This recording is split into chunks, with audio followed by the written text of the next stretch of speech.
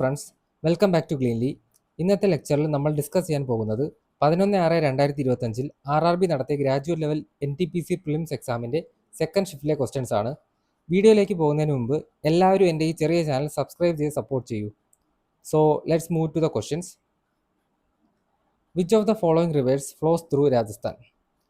തീസ്ത, താപ്പി, ലൂണി, ജലം. ഓക്കെ, ഇവിടെ നോക്കുമ്പോൾ നമുക്കറിയാം തീസ്ത നദി സിക്കിമിലൂടെ ഒഴുകി വെസ്റ്റ് ബംഗാൾ വഴി ബംഗ്ലാദേശിലേക്ക് ഇറങ്ങി പോകുന്ന നദിയാണ് തീസ്ത നദി. ഓക്കെ, തീസ്ത ബംഗ്ലാദേശിൽ കയറിയതിന് ശേഷം ബ്രഹ്മപുത്രയായിട്ട് മീറ്റ് ചെയ്യുന്നുണ്ട്. ബ്രഹ്മപുത്രയുടെ ഒരു ട്രിബ്യൂട്ടറി ആവുന്നുണ്ട്. ഓക്കെ, ബ്രഹ്മപുത്ര ബംഗ്ലാദേശിലേക്ക് കയറി കഴിഞ്ഞാൽ പിന്നെ ബ്രഹ്മപുത്രയുടെ പേര് ജമുന എന്നാണ്. ഓക്കെ, ഇനി ബ്രഹ്മപുത്ര നമ്മൾ നോക്കുകയാണെങ്കിൽ അങ്സി ഗ്ലേഷ്യർ എന്നാണ് ബ്രഹ്മപുത്ര ഉത്ഭവിക്കുന്നത്. അത് ചൈന വഴി ടിബറ്റ് വഴി നേരെ ഇവിടെ നംചാ ബറോ വഴി ഇങ്ങനെ ചുറ്റി അരുണാചൽ പ്രദേശ് വഴി നേരെ ഇന്ത്യയിലേക്ക് കയറും. ഓക്കെ, ബ്രഹ്മപുത്ര ഇന്ത്യയിലേക്ക് കയറുന്ന ആ ഒരു സ്ഥലത്തിൻ്റെ ആ ഒരു ഡിസ്ട്രിക്റ്റിൻ്റെ പേരാണ് അരുണാചൽ പ്രദേശിലെ സിയാങ് ഡിസ്ട്രിക്റ്റ് ആണ്. ഓക്കെ, ആ ഡിസ്ട്രിക്റ്റിലൂടെ വരുന്നത് കൊണ്ട് ബ്രഹ്മപുത്രയെ അവിടെ സിയാങ് നദി എന്നാണ് അറിയപ്പെടുന്നത്. അത് കഴിഞ്ഞ് പിന്നെ ദിഹാങ് എന്ന് പേരുണ്ട്. പിന്നെ അത് കഴിഞ്ഞ് ഇവിടെ വെച്ച് ദിബാങ് നദി അതുപോലെ തന്നെ ലോഹിത് നദിയുമായിട്ട് മെർജ് ചെയ്തതിന് ശേഷമാണ് ബ്രഹ്മപുത്രയായിട്ട് നേരെ ഇങ്ങോട്ട് ഒഴുകുന്നത്. ഇനി ഇവിടെ നോക്കുവാണെങ്കിൽ നമുക്ക് താപ്തി നദി കാണാം. താപ്തി നദി എന്ന് പറയുന്നത് ഇതാണ്, ഈ താഴെ കൂടെ ഒഴുകുന്നത്. ഇതിൻ്റെ മുകളിലൂടെയാണ് നർമ്മദ ഒഴുകുന്നത്. ഓക്കെ, ഇതിൻ്റെ മുകളിൽ വിന്ധ്യ ഉണ്ട്, ഇവിടെ സത്പുരയുണ്ട്. ഇനി ലൂണി നദി നോക്കുകയാണെങ്കിൽ നമുക്ക് കാണാം, രാജസ്ഥാനിലൂടെ ഒഴുകി റാൺ ഓഫ് കച്ചിൽ അവസാനിക്കുന്ന നദിയാണ് ലൂണി നദി. ഇനി ജലം നോക്കുകയാണെങ്കിൽ ഇതാണ് ജലം. ഇതുവഴി ഒഴുകി ഇന്ത്യ പാകിസ്ഥാൻ ബോർഡറിലൂടെ ഒരു 170 കിലോമീറ്റർ ഇങ്ങനെ സഞ്ചരിക്കും. എന്നിട്ട് നേരെ അത് ചെനാബിലേക്ക് പോകും. ചെനാബ് നദി ഇവിടെ ഉണ്ട്. ഇൻഡസ് നദി നമുക്കിവിടെ കാണാം. അതുപോലെ തന്നെ രവിയും ഇവിടെ ബിയാസ് നദി ഇങ്ങനെ വന്ന് സത്ലജ് ചേരും. ദെൻ സത്ലജ് നേരെ ഇതുവഴി ഇങ്ങനെ വന്ന് എല്ലാം കൂടെ പാകിസ്ഥാനിലെ മിതാൻ കോട്ടിൽ വെച്ചിട്ട് ഇൻഡസുമായിട്ട് മെർജ് ചെയ്യും. ഓക്കെ, സോ നമുക്കറിയാം ഇപ്പോൾ രാജസ്ഥാനിലൂടെ ഒഴുകുന്ന നദി ഇതിൽ ലൂണിയാണ്. ഇനി ലൂണിയെ പറ്റി പറയുവാണെങ്കിൽ, ലൂണി എന്ന് പറയുന്ന താർ ഡെസേർട്ടിൽ, രാജസ്ഥാനിലെ താർ ഡെസേർട്ടിലൂടെ ഒഴുകുന്ന ഒരു നദിയാണ്.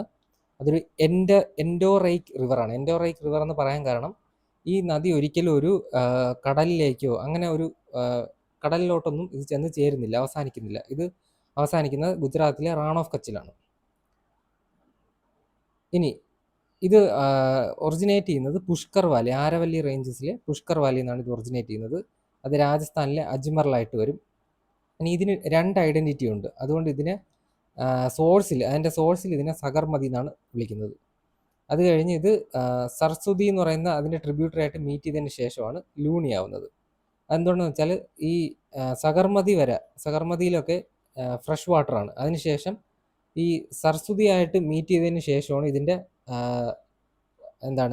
ഇതൊരു സാൾട്ട് വാട്ടർ ലേക്കായി മാറുന്നത്. സാൻസ്ക്രിറ്റ് വേർഡായിട്ടുള്ള ലവണവാരി എന്നാണ് ഇതിൻ്റെ പേര് ലൂണിന്ന് ഡിറൈവ് ചെയ്ത് വന്നിട്ടുള്ളത്. ഓക്കെ, ലവണവാരി എന്ന് വെച്ചാൽ അതിൻ്റെ മീനിങ് സാൾട്ട് റിവർ എന്നാണ്. ഇതിൻ്റെ ഹൈ സലൈനിറ്റി മൂലമാണ് ഇതിനെ എന്തെന്ന് വിളിക്കുന്നത്, ലവണവാരി എന്ന് വിളിക്കുന്നത്. ഇനി നമുക്ക് ലൂണി നദിയുടെ കുറച്ച് കാര്യങ്ങൾ നോക്കാം. ലൂണി നദിയുടെ റൈറ്റ് ബാങ്ക് ട്രിബ്യൂട്ടറി ആകെ ഒരെണ്ണേ ഉള്ളൂ, ജൊജാരിയാണ് പ്രധാനപ്പെട്ടൊരു റൈറ്റ് ബാങ്ക് ട്രിബ്യൂട്ടറി. ഇത് ഒറിജിനേറ്റ് ചെയ്യുന്ന ആരവല്ലി മൗണ്ടൻസ് എന്നാണ്. ലെഫ്റ്റ് ബാങ്ക് ട്രിബ്യൂട്ടറി നോക്കുകയാണെങ്കിൽ സുക്രി, മിത്രി, ബന്ദി, ഖാരി, ജവായ്, ഗുഹിയ ആൻഡ് സഗി, ഇത്രയും ലെഫ്റ്റ് ബാങ്ക് ട്രിബ്യൂട്ടറീസ് ഉണ്ട്. ഇനി മേജർ ആയിട്ടുള്ള ഡാംസ് നോക്കുകയാണെങ്കിൽ ജവായ് ഡാം സ്ഥിതി ചെയ്യുന്നത് ലൂണി നദിയുടെ ജവായ് എന്ന് പറയുന്ന ട്രിബ്യൂട്ടറിയാണ്. അതുപോലെ തന്നെ ജസ്വന്ത് സാഗർ ഡാമും ലൂണി നദിയിലാണ് സ്ഥിതി ചെയ്യുന്നത്. Jawai dam and Jaswant Sagar dam. രാജസ്ഥാനിലൂടെ ഒഴുകുന്ന പ്രധാനപ്പെട്ട കുറച്ച് നദികൾ നമുക്ക് നോക്കാം. ചമ്പൽ ഒറിജിനേറ്റ് ചെയ്യുന്ന ജനപാവ ഹിൽസ് വിന്ധ്യ റേഞ്ചിലാണ്, മധ്യപ്രദേശിലെ വിന്ധ്യ റേഞ്ചിലെ ജനപാവ ഹിൽസിൽ. ഇനി അത് ഒഴുകി ചെന്ന് ചേരുന്നത് യമുന നദിയിലാണ്. യമുനയുടെ ഒരു ട്രിബ്യൂട്ടറിയാണ് ചമ്പൽ. യമുനയിൽ ഉത്തർപ്രദേശിൽ വെച്ചിട്ടാണ് ചമ്പൽ ചെന്ന് ചേരുന്നത്. അതിന് മുന്നേ വരെ അത് രാജസ്ഥാനിലൂടെയാണ് ഒഴുകുന്നത്. ഓക്കെ, അതായത് ഒരു 370 കിലോമീറ്ററോളം ചമ്പൽ രാജസ്ഥാനിലൂടെ ഒഴുകുന്നുണ്ട്. പക്ഷേ ടോട്ടൽ ലെങ്ത് ഓഫ് ചമ്പൽ എന്ന് പറയുന്നത് 965 കിലോമീറ്ററാണ്. ഇനി ചമ്പൽ എന്ന് പറയുന്നത് രാജസ്ഥാനിലൂടെ ഒഴുകുന്ന ഒരേ ഒരു പെരിനീൽ നദിയാണ്. പെരിനിയൽ നദിയും നോൺ പെരിനിയൽ റിവർ നമ്മൾ നോക്കുവാണെങ്കിൽ പെരിനിയൽ റിവറിൽ എപ്പോഴും എന്താണ് വെള്ളം കാണും. അതിന് പ്രത്യേകിച്ച് അങ്ങനെ സീസണൊന്നുമില്ല. ഒരു വർഷത്തിലെ എല്ലാ സീസൺസിലും അതിനകത്ത് വെള്ളം കാണും. കാരണം അതിൻ്റെ സോഴ്സ് എന്ന് പറയുന്നത് ഏതെങ്കിലും ഗ്ലേഷ്യറൊക്കെ ആയിരിക്കും. അതിലൊരിക്കലും വെള്ളം തീരത്തില്ല. നോൺ പെരിനിയൽ റിവർ എന്ന് പറഞ്ഞാൽ അതിനകത്ത് ഓരോ സീസണുകളിൽ മാത്രം സീസൺ അനുസരിച്ചായിരിക്കും അതിനകത്ത് വെള്ളം കാണുന്നത്. കാരണം അത് മൺസൂൺ അതുപോലുള്ള റെയിനിനെയൊക്കെ ഡിപ്പെൻഡ് ചെയ്തായിരിക്കും ആ നദി ഒഴുകുന്നത്. ഇനി ചമ്പലിൻ്റെ ട്രിബ്യൂട്ടറീസ് നോക്കുവാണെങ്കിൽ ബനസ്, കാളി, സിന്ധ് ആൻഡ് പാർവതി. ഓക്കെ, ചമ്പലിൻ്റെ ട്രിബ്യൂട്ടറി ആയിട്ടുള്ള ബനസ് നോക്കാം. ബനസും രാജസ്ഥാനിലൂടെ ഒഴുകുന്നൊരു നദിയാണ്. ആരവല്ലി റേഞ്ചിലെ ഖംനോർ ഹിൽസിൽ നിന്നാണ് ബനസ് ഉത്ഭവിക്കുന്നത്. ദെൻ അത് ചമ്പലിൽ ചെന്ന് മീറ്റ് ചെയ്യും. 512 കിലോമീറ്ററാണ് ബനസിൻ്റെ നീളം. മുഴുവനായും അത് രാജസ്ഥാനിലൂടെ മാത്രമാണ് ഒഴുകുന്നത്. ബനസിനെ വൻ കി ആശ എന്ന് വിളിക്കാറുണ്ട്, അതായത് ഹോപ്പ് ഓഫ് ദ ഫോറസ്റ്റ്. രാജസ്ഥാനിലെ ലാർജസ്റ്റ് ക്യാച്ച്മെൻറ്റ് ഏരിയ ഉള്ള ഒരു നദിയാണ് ബനസ് നദി. ബനസ് നദിയുടെ ട്രിബ്യൂട്ടറീസ് നോക്കുവാണെങ്കിൽ ബറാച്ച്, കൊതാരി, ഖാരി ആൻഡ് മോറൽ. ഓക്കെ, ലൂണി നമ്മൾ ഓൾറെഡി ഡിസ്കസ് ചെയ്തു. ലൂണി എന്ന് പറയുന്നത് നമ്മുടെ അജ്മറിലെ നാഗ ഹിൽസിൽ ആണ് ഉത്ഭവിക്കുന്ന. റാൺ ഓഫ് കച്ചിൽ എന്ത് ചെയ്യും? ഗുജറാത്തിൽ റാൺ ഓഫ് കച്ചിൽ അത് ചെന്ന് മീറ്റ് ചെയ്യും. 495 കിലോമീറ്ററാണ് ലൂണിയുടെ ലെങ്ത് എന്ന് പറയുന്നത്. 330ഓളം കിലോമീറ്റർ ഇത് രാജസ്ഥാനിലൂടെയാണ് ഒഴുകുന്നത്. സാൾട്ട് റിവറാണ്. ദെൻ ഫ്രഷ് വാട്ടറാണ്. ബലോത്ര വരെ ഫ്രഷ് വാട്ടറാണ്. അതിനുശേഷം എന്ത് ചെയ്യും? അത് സലൈനായി മാറും. നമ്മൾ നേരത്തെ പറഞ്ഞായിരുന്നു. ഓക്കെ, മാഹി നദി ഉത്ഭവിക്കുന്ന മധ്യപ്രദേശിലെ വിന്ധ്യ റേഞ്ചിലാണ്. അത് ചെന്ന് മീറ്റ് ചെയ്യുന്നത് ഏറ്റവും അവസാനിക്കുന്നത് ഗൾഫ് ഓഫ് കമ്പത്തിലാണ്. 512 കിലോമീറ്ററാണ് മാഹി നദിയുടെ ലെങ്ത്. ഇതിൽ 171 കിലോമീറ്ററോളം രാജസ്ഥാനിലൂടെയാണ് ഒഴുകുന്നത്. ഓക്കെ, മാഹി നദിയുടെ പ്രത്യേകത എന്ന് വെച്ചാൽ മാഹി നദി ട്രോപ്പിക് ഓഫ് ക്യാൻസറിനെ 2 പ്രാവശ്യം കട്ട് ചെയ്യുന്ന നദിയാണ് മാഹി നദി. ഇതിൻ്റെ പ്രധാനപ്പെട്ട ട്രിബ്യൂട്ടറീസ് ആണ് സോം, ജഖം, അനസ്. ഇനി ബൻഗംഗ നോക്കാം. ബൻഗംഗ ഉത്ഭവിക്കുന്നത് ജയ്പൂരിലെ ബൈറാത്ത് ഹിൽസിലാണ്. അത് ചെന്ന് ചേരുന്നത് യമുന നദിയിലാണ്. യമുന നദിയിൽ അത് ഹിസ്റ്റോറിക്കലി പണ്ട് മീറ്റ് ചെയ്യുമായിരുന്നു. പക്ഷേ ഇപ്പം ഇപ്പം അത് യമുന നദിയിൽ ചെന്ന് മീറ്റ് ചെയ്യുന്നില്ല. അതിന് മുന്നേ തന്നെ അത് ഭരത്പൂർ എന്ന് പറയുന്ന ഒരു സ്ഥലത്ത് വെച്ചിട്ട് എന്ത് ചെയ്യും? അത് ഇല്ലാണ്ടായി പോവുകയാണ് ചെയ്യുന്നത്. ഇനി ബൻഗംഗയുടെ മറ്റൊരു പേരാണ് അർജുൻ കി ഗംഗ. 380 കിലോമീറ്ററാണ് ഇതിൻ്റെ നീളം. ദെൻ സബർമതി നദി മെയിനായിട്ടും ഗുജറാത്തിലൂടെയാണ് ഒഴുകുന്നതെങ്കിൽ ഇത് ഒറിജിനേറ്റ് ചെയ്യുന്നത് ഉദയ്പൂരിലാണ്. ആരവല്ലി ഹിൽസ് ഉദയ്പൂരിലാണ്. ദെൻ അത് അവസാനിക്കുന്നത് ഗൾഫ് ഓഫ് കമ്പത്തിൽ. 416 കിലോമീറ്ററാണ് സബർമതി നദിയുടെ നീളം. 45 കിലോമീറ്റർ മാത്രമാണ് രാജസ്ഥാനിലൂടെ ഒഴുകുന്നത്. ഓക്കെ, ട്രിബ്യൂട്ടറീസ് നോക്കുവാണെങ്കിൽ വക്കാല്, സെയ്, ഹത്മാട്ടി. തീസ്ത നദിയെപ്പറ്റി നോക്കുവാണെങ്കിൽ തീസ്ത എന്നറിയപ്പെടുന്നത് ലൈഫ് ലൈൻ ഓഫ് സിക്കിം എന്നാണ്. ബ്രഹ്മപുത്രയുടെ ഒരു മേജർ ട്രിബ്യൂട്ടറിയാണ് തീസ്ത. നമ്മൾ നേരത്തെ പറഞ്ഞായിരുന്നു. തീസ്ത നദി ഒറിജിനേറ്റ് ചെയ്യുന്നത് പഹുൻറിയിലാണ്, അല്ലെങ്കിൽ തീസ്ത കാങ്സെ ഗ്ലേഷ്യർ എന്ന് പറയും. പഹുൻറി ഗ്ലേഷ്യർ അല്ലെങ്കിൽ തീസ്ത കാങ്സെ ഗ്ലേഷ്യർ, ഇവിടെയാണ് ഇത് ഒറിജിനേറ്റ് ചെയ്യുന്നത്. അതുപോലെ തന്നെ അതിൻ്റെ അടുത്തുള്ള സോ ലാംഹോ ലേക്കും ഈ തീസ്ത നദിക്ക് വെള്ളം കൊടുക്കുന്നുണ്ട്. നോർത്ത് സിക്കിം ഹിമാലയസിലാണ് ഈ പഹുൻറി ഗ്ലേഷ്യർ സ്ഥിതി ചെയ്യുന്നത്. അതുപോലെ തന്നെ സിക്കിമിലൂടെയും വെസ്റ്റ് ബംഗാളിലൂടെയാണ് തീസ്ത നദി ഒഴുകി എന്നിട്ട് ബംഗ്ലാദേശിൽ ചെന്ന് ചേരും. ഇനി ഇത് ബ്രഹ്മപുത്രയായിട്ട് ചേരുന്നത് ബംഗ്ലാദേശിലെ ഫുൽച്ചാരിയിൽ വെച്ചിട്ടാണ്. അവിടെ ബ്രഹ്മപുത്ര അറിയപ്പെടുന്ന പേരാണ് ജമുന. തീസ്തയുടെ ഒരു മേജർ ട്രിബ്യൂട്ടറി നമ്മൾ നോക്കുവാണെങ്കിൽ രംഗീത് റിവർ. ഓക്കെ, ഇനി ജലം ഉത്ഭവിക്കുന്നത് ജമ്മു കാശ്മീരിലെ പീർ പഞ്ചൽ റേഞ്ചിലെ വെരിനാഗ് സ്പ്രിംഗിൽ നിന്നാണ്.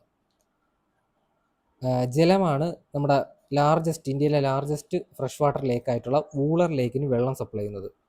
ഓക്കെ, ഇനി ജലം ഒഴുകി ചെന്ന് ചേരുന്നത് ചെനാബ് റിവറിലാണ്. പാകിസ്ഥാനിലെ ത്രിമ്മൂൽ വെച്ചിട്ടാണ് ചെനാബ് റിവറിൽ ജലം ഒഴുകി ചെന്ന് ചേരുന്നത്. ഇനി നോക്കുവാണെങ്കിൽ 170 കിലോമീറ്ററോളം ഇന്ത്യ പാക് ബോർഡറായിട്ട് ജലം ആക്ട് ചെയ്യുന്നുണ്ട്. അതുപോലെ തന്നെ മേജർ ട്രിബ്യൂട്ടറി നോക്കുവാണെങ്കിൽ കിഷൻ ഗംഗ പാകിസ്ഥാനിലെ നീലം എന്നറിയപ്പെടുന്നു. അതുപോലെ തന്നെ മംഗ്ല ഡാമും തുൽബുൽ നാവിഗേഷൻ പ്രോജക്റ്റൊക്കെ ജലമിലെ പ്രധാനപ്പെട്ട ഡാംസ് പ്രോജക്റ്റുമാണ്. മംഗ്ല ഡാം പാകിസ്ഥാനിലും തുൽബുൽ നാവിഗേഷൻ പ്രോജക്റ്റ് ഇന്ത്യയിലുമാണ് സ്ഥിതി ചെയ്യുന്നത്. ഓക്കെ, താപ്തി നോക്കാം. താപ്തി എന്ന് പറയുന്നത് one of the 3 major reverse in peninsular ഇന്ത്യയാണ്. എന്താണ് അതിൻ്റെ പ്രത്യേകത? ഈസ്റ്റ് നിന്ന് വെസ്റ്റിലേക്ക് ഒഴുകുന്ന one of the 3 major reverse in peninsular ഇന്ത്യയാണ്. അതിൻ്റെ കൂടെ നർമ്മദയും മാഹിയാണ് പിന്നുള്ള മറ്റ് 2 നദികൾ. ഇനി ഇത് ഒറിജിനേറ്റ് ചെയ്യുന്ന സത്പുര റേഞ്ചിലാണ്. സത്പുര റേഞ്ചിൽ മുൽത്തായുടെ അടുത്താണ് ഇത് ഒറിജിനേറ്റ് ചെയ്യുന്നത്, മധ്യപ്രദേശിൽ. ഇത് ഒഴുകുന്ന സ്റ്റേറ്റുകൾ നോക്കുകയാണെങ്കിൽ മധ്യപ്രദേശ് ഉണ്ട്, മഹാരാഷ്ട്ര ഉണ്ട്, ഗുജറാത്ത് ഉണ്ട്. ആൻഡ് ഇത് ലാസ്റ്റ് ഗൾഫ് ഓഫ് കമ്പത്തിൽ ചെന്ന് അറേബ്യൻ സീയിൽ ചേരും.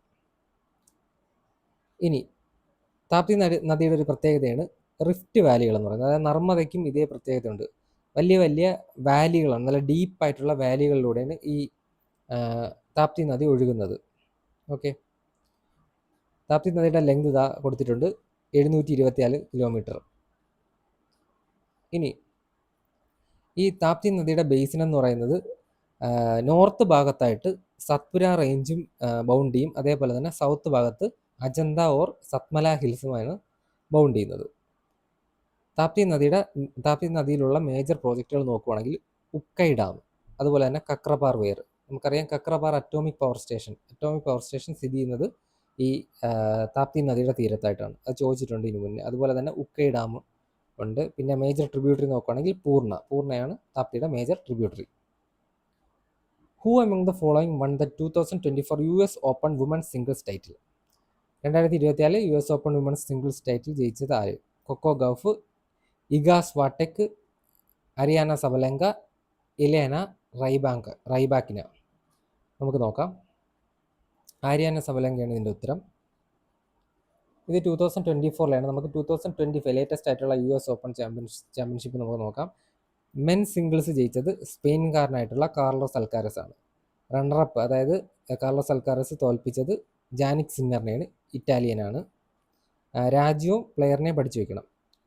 വുമൺ സിംഗിൾസ് ജയിച്ചത് ആര്യാന സബലങ്ക, ബെലാറൂസ്, ആൻഡ് തോൽപ്പിച്ചത് അമാൻഡ അനിസിമോവയാണ്, US എന്നുള്ളത്. മെൻസ് ഡബിൾസ് ജയിച്ചത് ഗ്രാനോളേഴ്സും സെബാലോസും. റണ്ണറപ്പ് അധികം ഇമ്പോർട്ടൻ്റ് അല്ല, എന്നാലും നോക്കി വെച്ചോളൂ, സലിസ്ബുറി ആൻഡ് സ്കുപ്സ്കി. വുമൻസ് ഡബിൾസ് ജയിച്ചത് ഡാബ്രോസ്കി ആൻഡ് റൗട്ട് ലൈഫ്, തോൽപ്പിച്ചത് സിനിയാക്കോവ ആൻഡ് ടൗൺസെൻഡിനെ. മിക്സഡ് ഡബിൾസ് ജയിച്ചത് സാറ ഇറാനി ആൻഡ് ആൻഡ്രിയ വാവസോറി, തോൽപ്പിച്ചത് ഇഗ സ്വാടെക് ആൻഡ് കാസ്പർ റുഡ്. ഓക്കെ, ഇത് ഡീറ്റെയിൽ ആയിട്ട് നോക്കി വെക്കണം. ഓസ്ട്രേലിയൻ ഓപ്പൺ നോക്കുകയാണെങ്കിൽ ജാനുവരി 2026 ഓസ്ട്രേലിയൻ ഓപ്പൺ കഴിഞ്ഞു. അതിൽ മെൻ സിംഗിൾസ് ജയിച്ചത് കാർലോസ് അൽക്കാരസിനെയാണ്, സ്പെയിനിലുള്ള കാർലോസ് അൽക്കാരസിനെ. ആൻഡ് കാർലോസ് അൽക്കാരസ് തോൽപ്പിച്ചത് നൊവാക് ജോക്കോവിച്ചിനെയാണ്. വുമൺസ് നോക്കുകയാണെങ്കിൽ ആര്യാന സബലങ്കയെ തോൽപ്പിച്ചുകൊണ്ട് എലേന റൈബാക്കിനെയാണ് ജയിച്ചത്.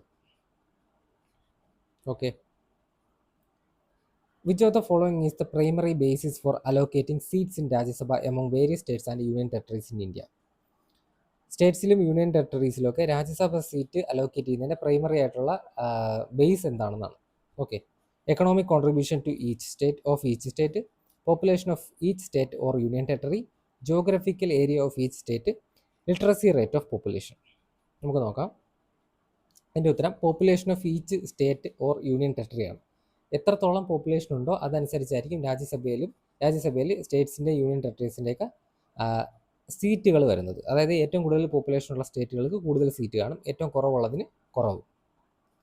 ആർട്ടിക്കിൾ 80 ആണ് നമ്മുടെ രാജ്യസഭയിലെ സീറ്റ് അലോക്കേഷനെ പറ്റി പറയുന്ന ആർട്ടിക്കിൾ.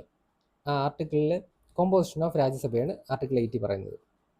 ഇനി ആർട്ടിക്കിൾ 80 ഓരോ ക്ലോസസ് ആയിട്ട് നമുക്ക് നോക്കാം. 80 1 പറയുന്നതെന്ന് പറഞ്ഞാൽ മാക്സിമം 250 മെമ്പേഴ്സാണ് രാജ്യസഭയിൽ ഉണ്ടാവേണ്ടത്. അതിനകത്ത് 238 റെപ്രസെൻറ്റേറ്റീവ്സ് സ്റ്റേറ്റിൽ നിന്നും യൂണിയൻ ടെറിട്ടറീസിൽ നിന്നുള്ളവരായിരിക്കണം.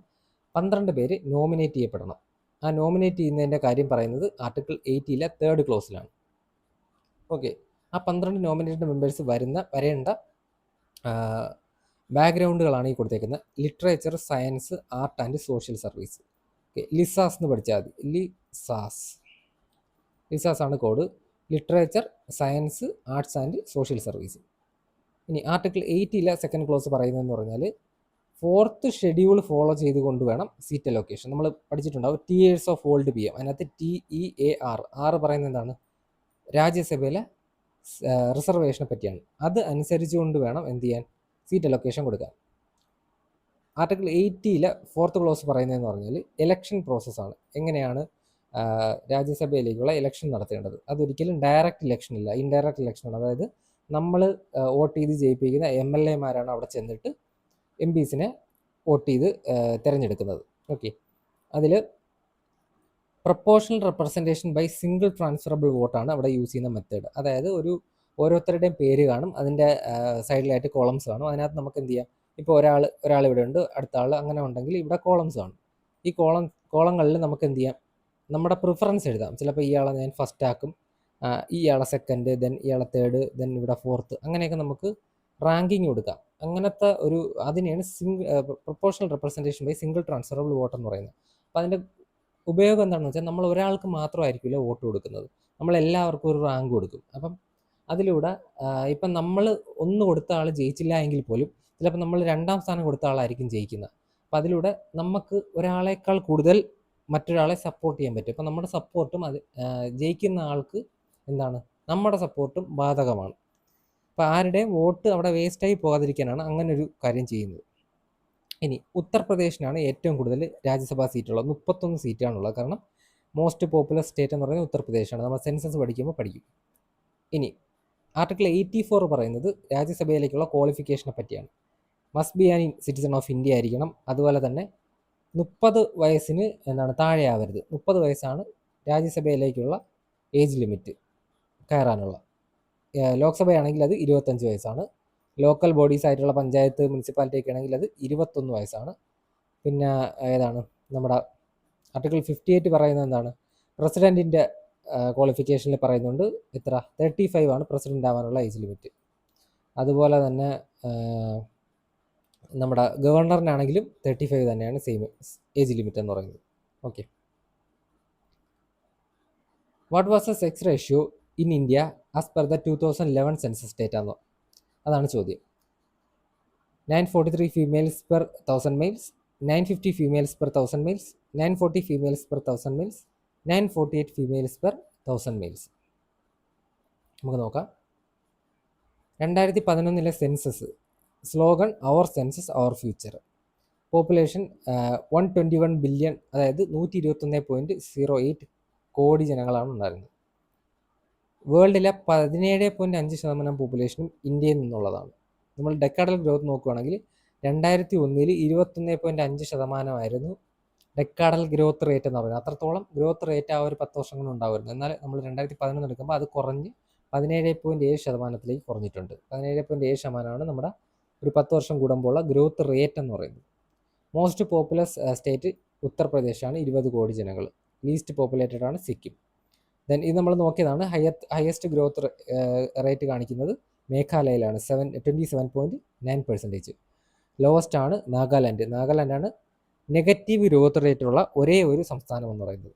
നെഗറ്റീവ് 0.6% ആണ്. ഓക്കെ, ഇത് നമ്മൾ നാഗ എന്നൊക്കെ വെച്ച് പഠിക്കണമെന്ന് പറഞ്ഞിട്ടുണ്ടായിരുന്നു. ഇനി ഹയസ്റ്റ് ഡെൻസിറ്റി ഉള്ളത് ബീഹാറിലാണ്, 1106 persons per square kilometre. Lowest population density ഉള്ളത് അരുണാചൽ പ്രദേശിലും, 17 persons per square kilometre. Average literacy rate നോക്കുകയാണെങ്കിൽ 73% ആണ് ഇന്ത്യയുടെ ആവറേജ് ലിറ്ററസി റേറ്റ്. അതിൽ മെയിൽസിന് 80.9%, ഫീമെയിൽസിന് 64.6%. ഹയസ്റ്റ് ലിറ്ററസി സ്റ്റേറ്റ് നമുക്കറിയാം കേരളമാണ്, 94% ആണ്. അതുപോലെ തന്നെ ഇതും കൂടെ നോക്കി വെച്ചോ, ഹയസ്റ്റ് ലിറ്ററസി റേറ്റുള്ള യൂണിയൻ ടെറിട്ടറി ലക്ഷദ്വീപാണ്, അതും നമ്മുടെ കേരളത്തിൻ്റെ തൊട്ടപ്പുറത്ത് കിടക്കുന്നതാണ്. ലോവസ്റ്റ് ലിറ്ററസി റേറ്റുള്ള സ്റ്റേറ്റാണ് ബീഹാർ, 61.8%. സെക്സ് റേഷ്യോ എടുക്കുകയാണെങ്കിൽ 943 ഫീമെയിൽസ് പെർ 1000 മെയിൽസ് ആണ്. ഓക്കെ, 943 ഫീമെയിൽസ് പെർ 1000 മെയിൽസ് നമ്മളോട് ചോദിച്ചത് അതാണ്. 943 females per 1000 males. Highest sex ratio കേരളത്തിനാണ്, 1084 ഫീമെയിൽസ് ആണ് for 1000 males. Lowest sex ratio Haryana, 879 ആണ്. ദെൻ ചൈൽഡ് സെക്സ് റേഷ്യോ എടുക്കുകയാണെങ്കിൽ, അതായത് 6 വയസ്സ് വരെയുള്ള കുട്ടികളുടെ സെക്സ് റേഷ്യോ എടുക്കുകയാണെങ്കിൽ 919 ആണ്. മോസ്റ്റ് പോപ്പുലസ് യൂണിയൻ ടെറിട്ടറി നമ്മുടെ നാഷണൽ ക്യാപിറ്റലായിട്ടുള്ള ഡൽഹി. ഓക്കെ, ഡൽഹി നാഷണൽ ക്യാപിറ്റലായത് 69th കോൺസ്റ്റിറ്റ്യൂഷൻ അമെൻമെൻറ്റ് ആക്ട് 1991. ഓർത്ത് വയ്ക്കണം, ഇടയ്ക്കൊക്കെ ചോദിക്കാറുണ്ട്. ഇനി ലീസ്റ്റ് പോപ്പുലസ് യൂണിയൻ ടെറിട്ടറിയാണ് ഏത്, Lakshadweep. Most populous Delhi. Highest literacy rate നമ്മൾ നോക്കി ലക്ഷദ്വീപിനാണ് യൂണിയൻ ടെറിട്ടറിയിൽ. ദെൻ ഹയസ്റ്റ് സെക്സ് റേഷ്യോ ഉള്ള യൂണിയൻ ടെറിട്ടറി പുതുച്ചേരിയും, ലോവസ്റ്റ് സെക്സ് റേഷ്യോ ഉള്ള യൂണിയൻ ടെറിട്ടറി ദാമൻ ആൻഡ് ദിയുവാണ്. ലോവസ്റ്റ് ലിറ്ററസി റേറ്റുള്ള യൂണിയൻ ടെറിട്ടറി ചോദിക്കുകയാണെങ്കിൽ അത് ദദ്രയാണ്, ദദ്ര ആൻഡ് നാഗർ ഹവേലി. ദദ്ര ആൻഡ് നാഗർ ഹവേലിയാണ് ലോവസ്റ്റ് ലിറ്ററസി റേറ്റുള്ള യൂണിയൻ ടെറിട്ടറി. റൂറൽ പോപ്പുലേഷൻ ഇത് ചോദിക്കാറുണ്ട്. റൂറൽ പോപ്പുലേഷൻ എത്ര ശതമാനമാണെന്ന് ചോദിക്കുകയാണെങ്കിൽ 68.8% വില്ലേജസിൽ താമസിക്കുന്ന പോപ്പുലേഷൻ. അർബൻ പോപ്പുലേഷൻ ആണെങ്കിൽ അത് 31.2% ആണ് സിറ്റീസിൽ താമസിക്കുന്നത്. Most urbanised state ഗോവയാണ്. 62.2% ആണ് അവിടുത്തെ പോപ്പുലേഷൻ എന്ന് പറയുന്നത്. ഇനി ലീസ്റ്റ് അർബനൈസ്ഡ് സ്റ്റേറ്റ് ഏതാണെന്ന് നോക്കുകയാണെങ്കിൽ ഹിമാചൽ പ്രദേശാണ്. വെറും 10% മാത്രമേ ഹിമാചൽ പ്രദേശിൽ അർബൻ ഏരിയയിൽ താമസിക്കുന്നുള്ളൂ. റിലീജിയൻ വൈസ് നോക്കുകയാണെങ്കിൽ ഏറ്റവും കൂടുതലുള്ള ഹിന്ദുസാണ് 79.8%, Muslims 14.2%, Christians 2.3%, Sikhs 1.7%, Buddhist 0.7% and Jains 0.4%. Okay, so നമ്മുടെ ഉത്തരം 943 females per 1000 males. Which Indian state shares its border with Bhutan and Bangladesh? ഭൂട്ടാനും ബംഗ്ലാദേശുമായിട്ട് ബോർഡർ ഷെയർ ചെയ്യുന്ന സ്റ്റേറ്റ് ഏതാണ്? ആസാം, മേഘാലയ, മിസോറാം, സിക്കിം. നമുക്ക് നോക്കാം. ഇവിടെ നോക്കുവാണെങ്കിൽ ചൈനയുമായിട്ട് ബോർഡർ ഷെയർ ചെയ്യുന്ന സ്റ്റേറ്റുകൾ പഠിക്കാനുള്ള കോഡാണ് ലുഷ. ലഡാക്ക് വരുന്നുണ്ട്, അതുപോലെ തന്നെ നമ്മുടെ Uttarakhand, then Sikkim, then Himachal Pradesh and Arunachal Pradesh. ഇത്രയും സംസ്ഥാനങ്ങളാണ് ചൈനയുമായിട്ട് ബോർഡർ ഷെയർ ചെയ്യുന്നത്. ഇനി നേപ്പാളുമായിട്ടുള്ളതാണ് സുബ്ബു. സുബ്ബു എങ്ങനെയാണെന്ന് വെച്ചാൽ സിക്കിം, ഫസ്റ്റ് തന്നെ സിക്കിം, ദെൻ ഉത്തരാഖണ്ഡ് സു, ദെൻ ഉത്തർപ്രദേശ്, ബീഹാർ, ഇവിടെ ബംഗ്ലാദേശ്, ഇവിടെ അല്ല, ഇവിടെ ബംഗ്ലാദേശ്. ഓക്കെ, അങ്ങനെ അത് സുബ്ബു ആണ് നേപ്പാളുമായിട്ട് ബോർഡർ ഷെയർ ചെയ്യുന്നത്. ഏതൊക്കെയാണ്? സിക്കിം, ഉത്തരാഖണ്ഡ്, ബീഹാർ, ബംഗ്ലാദേശ് ആൻഡ് ഉത്തരാഖണ്ഡ്. ഇനി ഉത്തർപ്രദേശ്, ഉത്തർപ്രദേശുണ്ട്. ബംഗ്ലാദേശുമായിട്ട് ബോർഡർ ഷെയർ ചെയ്യുന്ന സ്റ്റേറ്റുകൾ പഠിക്കാനുള്ള കോഡാണ് മാം ടേക്ക് വാട്ടർ. ഓക്കെ, നമുക്ക് നോക്കാം. ഇവിടെ നോക്കുവാണെങ്കിൽ മേഘാലയ ഉണ്ട്, അതുപോലെ തന്നെ ആസാമുണ്ട്, ആസാം ഈ ഭാഗത്ത്, പിന്നെ മിസോറാം ഉണ്ട്. അപ്പം മേമായി. ഇനി ടേക്കിൻ്റെ ടി ആണ് ത്രിപുര, വാട്ടറിൻ്റെ ഡബ്ല്യു ആണ് വെസ്റ്റ് ബംഗാൾ. ഓക്കെ, അതാണ് മേം ടേക്ക് വാട്ടർ. ഇനി മ്യാൻമാറുമായിട്ട് ബോർഡർ ഷെയർ ചെയ്യുന്ന സംസ്ഥാനങ്ങളാണ് അരുണാമാമി എന്ന് പഠിച്ചാൽ മതി. അരുണയുടെ അരുവാണ് അരുണാചൽ പ്രദേശ്, നായാണ് നാഗാലാൻഡ്, ദെൻ മണിപ്പൂറും മിസോറാം മാമി. ഭൂട്ടാനുമായിട്ട് ബോർഡർ ഷെയർ ചെയ്യുന്ന സ്റ്റേറ്റുകൾ പഠിക്കാനുള്ളതാണ് ബാസ് എന്ന് പറയുമ്പോൾ ഇവിടെ വരും. ബംഗാളാണ് ബി, ദെൻ അരുണാചൽ പ്രദേശാണ് എ, ആസാമാണ് അടുത്ത എ ആൻഡ് സിക്കിമാണ് അടുത്തത്. ഓക്കെ, ഇത്രയാണ് നമുക്ക് അതിൽ നോക്കാനുള്ളത്. ഇനി ഇതിനകത്ത് മെയിനായിട്ട് പിന്നെ ചോദിച്ചു കണ്ടിട്ടുള്ളതെന്ന് പറഞ്ഞാൽ എത്രത്തോളമാണ് ബൗണ്ടറി എന്ന് ചോദിക്കാറുണ്ട് കേട്ടോ. ബൗണ്ടറി ഓരോ സംസ്ഥാനമായിട്ട് ഓരോ രാജ്യങ്ങളുമായിട്ട് ഇന്ത്യ എത്രത്തോളം ബൗണ്ടറി ഷെയർ ചെയ്യുമെന്നുള്ള ചോദിക്കാറുണ്ട്. സോ അത് പറയുവാണെങ്കിൽ ചൈനയുമായിട്ട് ഇന്ത്യ ഷെയർ ചെയ്യുന്നത് 3488 3488 കിലോമീറ്ററാണ് ചൈനയായിട്ട്. പാകിസ്ഥാനുമായിട്ടാണെങ്കിൽ 3323 3323 കിലോമീറ്റർ. ഇനി നേപ്പാളുമായിട്ട് 1751 കിലോമീറ്റർ. ആൻഡ് മ്യാൻമാറുമായിട്ട് ഷെയർ ചെയ്യുന്നത് 1643 കിലോമീറ്റർ. ഏറ്റവും ലീസ്റ്റ് ഷെയർ ചെയ്യുന്നത് അഫ്ഗാനിസ്ഥാനുമായിട്ടാണ്, 106 കിലോമീറ്റർ മാത്രം. ഇവിടെ 106 കിലോമീറ്റർ മാത്രം, കുറച്ച് അത്ര മാത്രമേ ഷെയർ ചെയ്യുന്നുള്ളൂ. ഓക്കെ, ഇനി ബംഗ്ലാദേശുമായിട്ടാണ് ഏറ്റവും കൂടുതൽ ഷെയർ ചെയ്യുന്നത്. അതാണ് ബംഗ്ലാദേശുമായിട്ട് 33 അല്ല, ബംഗ്ലാദേശുമായിട്ട് 4096, അതായത് 4096 കിലോമീറ്ററാണ് ബംഗ്ലാദേശുമായിട്ട് ഷെയർ ചെയ്യുന്നത്. ഏറ്റവും ഹയസ്റ്റ് ബംഗ്ലാദേശ്, ഏറ്റവും ലോവസ്റ്റ് അഫ്ഗാനിസ്ഥാനുമാണ്. ദെൻ ഭൂട്ടാനുമായിട്ട് ഷെയർ ചെയ്യുന്നത് വളരെ കുറച്ചേ ഉള്ളൂ, അതായത് ഒരു അപ്രോക്സിമേറ്റ്ലി 700 കിലോമീറ്റർ, 699 അത്രയും കിലോമീറ്ററാണ് ഭൂട്ടാനുമായിട്ട് ഷെയർ ചെയ്യുന്നത്. ഇത് ചോദിക്കാറുണ്ട്. പിന്നെ ലൈൻസ് ചോദിക്കാറുണ്ട്, അതായത് ബംഗ്ലാദേശുമായിട്ട് ഇന്ത്യയും ബംഗ്ലാദേശിൻ്റെ ബോർഡറിൻ്റെ ലൈൻ, അതിനെ റാഡ് ക്ലിഫ് ലൈൻ എന്ന് പറയും. അതുപോലെ തന്നെ പാകിസ്ഥാനും ഇന്ത്യ ആയിട്ടുള്ളതും റാഡ് ക്ലിഫ് ലൈനാണ്. അരുണാചൽ പ്രദേശും ചൈനയായിട്ട് അല്ലെങ്കിൽ ഇന്ത്യ ചൈനയായിട്ടുള്ളതിനാണ് മക്മോഹൻ ലൈൻ എന്ന് പറയുന്നത്. അതുപോലെ തന്നെ നമ്മുടെ അഫ്ഗാനിസ്ഥാനും ഇന്ത്യ ആയിട്ടുള്ളതും അഫ്ഗാനിസ്ഥാനും പാകിസ്ഥാനുമായിട്ടുള്ളതും, ഇവിടെ ഒരു ലൈനുണ്ട് അഫ്ഗാനിസ്ഥാനും പാകിസ്ഥാനുമായിട്ട്. അതുപോലെ തന്നെ അഫ്ഗാനിസ്ഥാനും ഇന്ത്യ ആയിട്ടുള്ള രണ്ടിനെയും പറയുന്നത് ദുരന്ത ലൈൻ എന്നാണ്. ഓക്കെ, ദുരന്ത് ലൈനാണ്. ഓക്കെ, ദെൻ പാകിസ്ഥാൻ്റെ ബംഗ്ലാദേശിൻ്റെ ബോർഡറിൽ വരുന്ന ഫോഴ്സ് എന്ന് പറയുന്നത് BSF ആണ്, ബോർഡർ സെക്യൂരിറ്റി ഫോഴ്സ്. അതുപോലെ തന്നെ ചൈനയും ഇന്ത്യയും തമ്മിലുള്ളതാണെങ്കിൽ അവിടെ വരുന്നത് ITBP ആണ്, ITBP, Indo Tibetan border police. Okay, അപ്പോൾ നമുക്ക് നോക്കാം ഇവിടെ ഏതാണ് ഭൂട്ടാൻ ബംഗ്ലാദേശുമായിട്ട് ഷെയർ ചെയ്യുന്നത്. നമുക്കിവിടെ നോക്കുമ്പോൾ അറിയാം, എന്താ ആസാം നോക്കൂ, ഇവിടെ ഭൂട്ടാനും ഉണ്ട്, ഇവിടെ ബംഗ്ലാദേശും ഉണ്ട്. സോ ഇതിൻ്റെ ഉത്തരം ആസാമാണ്. Okay, according to the periodic labour force survey PLFS report, what was the labour force participation rate for women in 2021-22? 2021-22 periodic labour force survey എടുക്കുകയാണെങ്കിൽ എത്രത്തോളമാണെന്ന് വുമണിൻ്റെ ലേബർ ഫോഴ്സ് പാർട്ടിസിപ്പേഷൻ റേറ്റ് ആണെന്നാണ് ക്വസ്റ്റ്യൻ. 32.8% ആണ്. ഓക്കെ, നമുക്ക് latest ആയിട്ടുള്ള 2024-25 periodic labour force survey report ഒന്ന് നോക്കാം. അതിനകത്ത് ലേബർ ഫോഴ്സ് പാർട്ടിസിപ്പേഷൻ റേറ്റ് നോക്കുവാണെങ്കിൽ ഓവറോൾ 56.2% ആണ് ഇന്ത്യയിൽ. റൂറലിൽ 58.6%, അർബനിൽ 51%. ഇനി മെയിലിൻ്റെ എടുക്കുകയാണെങ്കിൽ 78.8% ഓൾ ഇന്ത്യയിൽ. Rural ഏരിയാസിൽ 80.2%, urban ഏരിയാസിൽ 75.6%. ഫീമെയിലിൻ്റെ എടുക്കുകയാണെങ്കിൽ ഓൾ ഇന്ത്യയിൽ 33.1%, റൂറലിൽ 36.5%, അർബനിൽ 25.8%. ഇവിടെ ചോദിച്ചിട്ടുണ്ടായിരുന്നത് labour force participation rate for women ആണ്. 2021-22 ചോദിച്ചത് 32.8% ഉണ്ടായിരുന്നു. ഇപ്പം 33.1% ഉണ്ട്. Okay,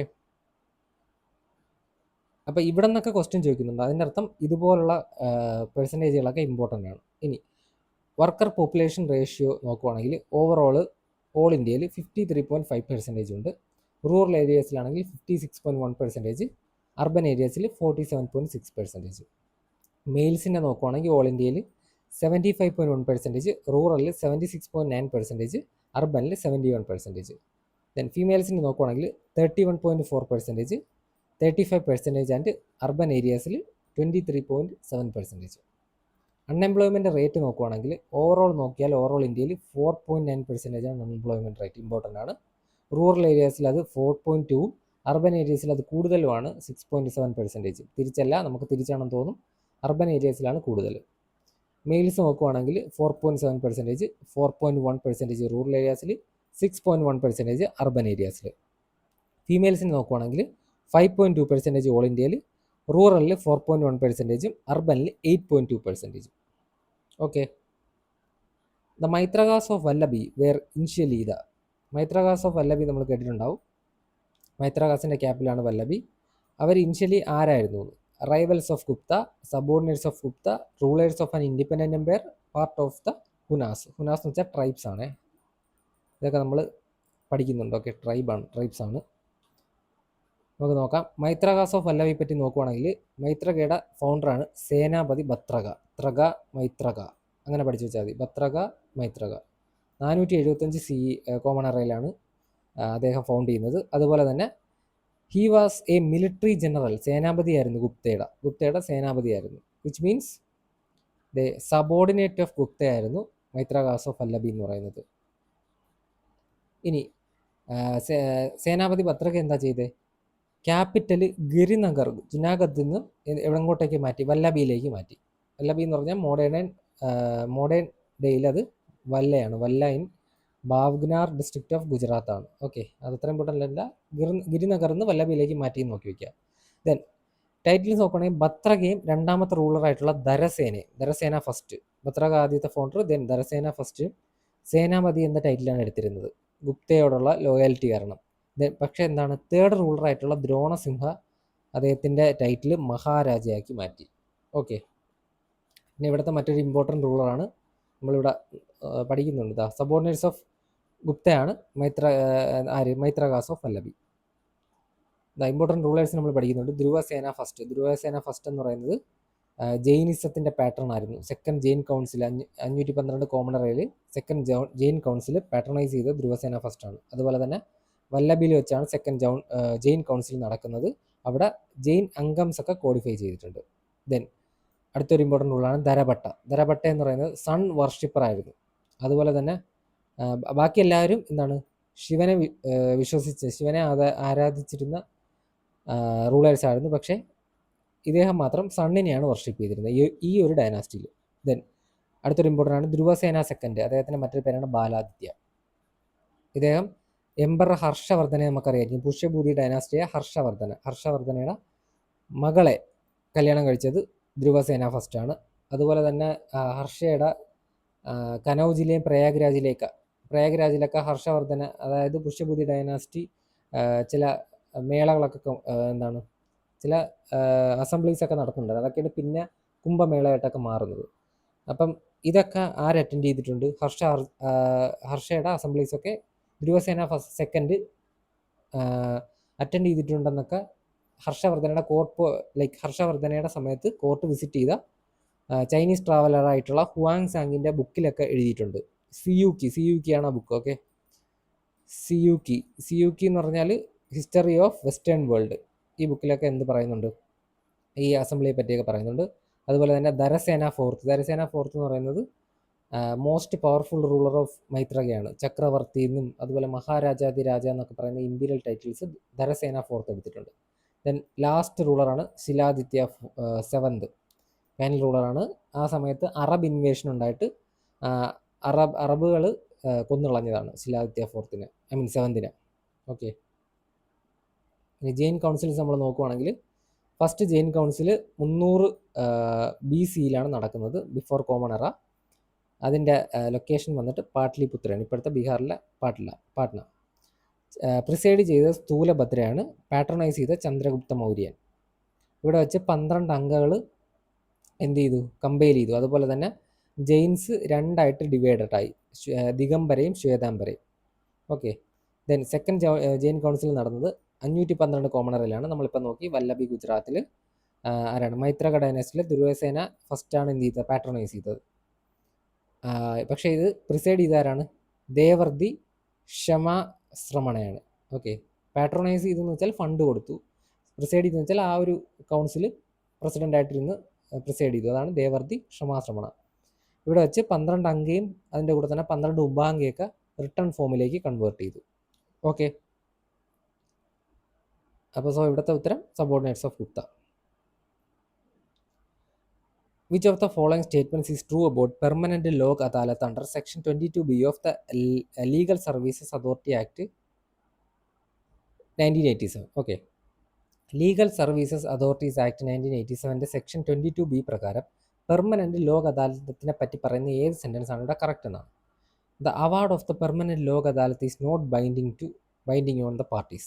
The permanent lok adalat has jurisdiction over disputes related to criminal offences. The permanent lok adalat can only act as a conciliator and cannot decide disputes. The permanent lok adalat can handle cases up to a certain monetary limit, currently 1 crore വരെ. നമുക്കിത് detail ആയിട്ട് തന്നെ നോക്കാം.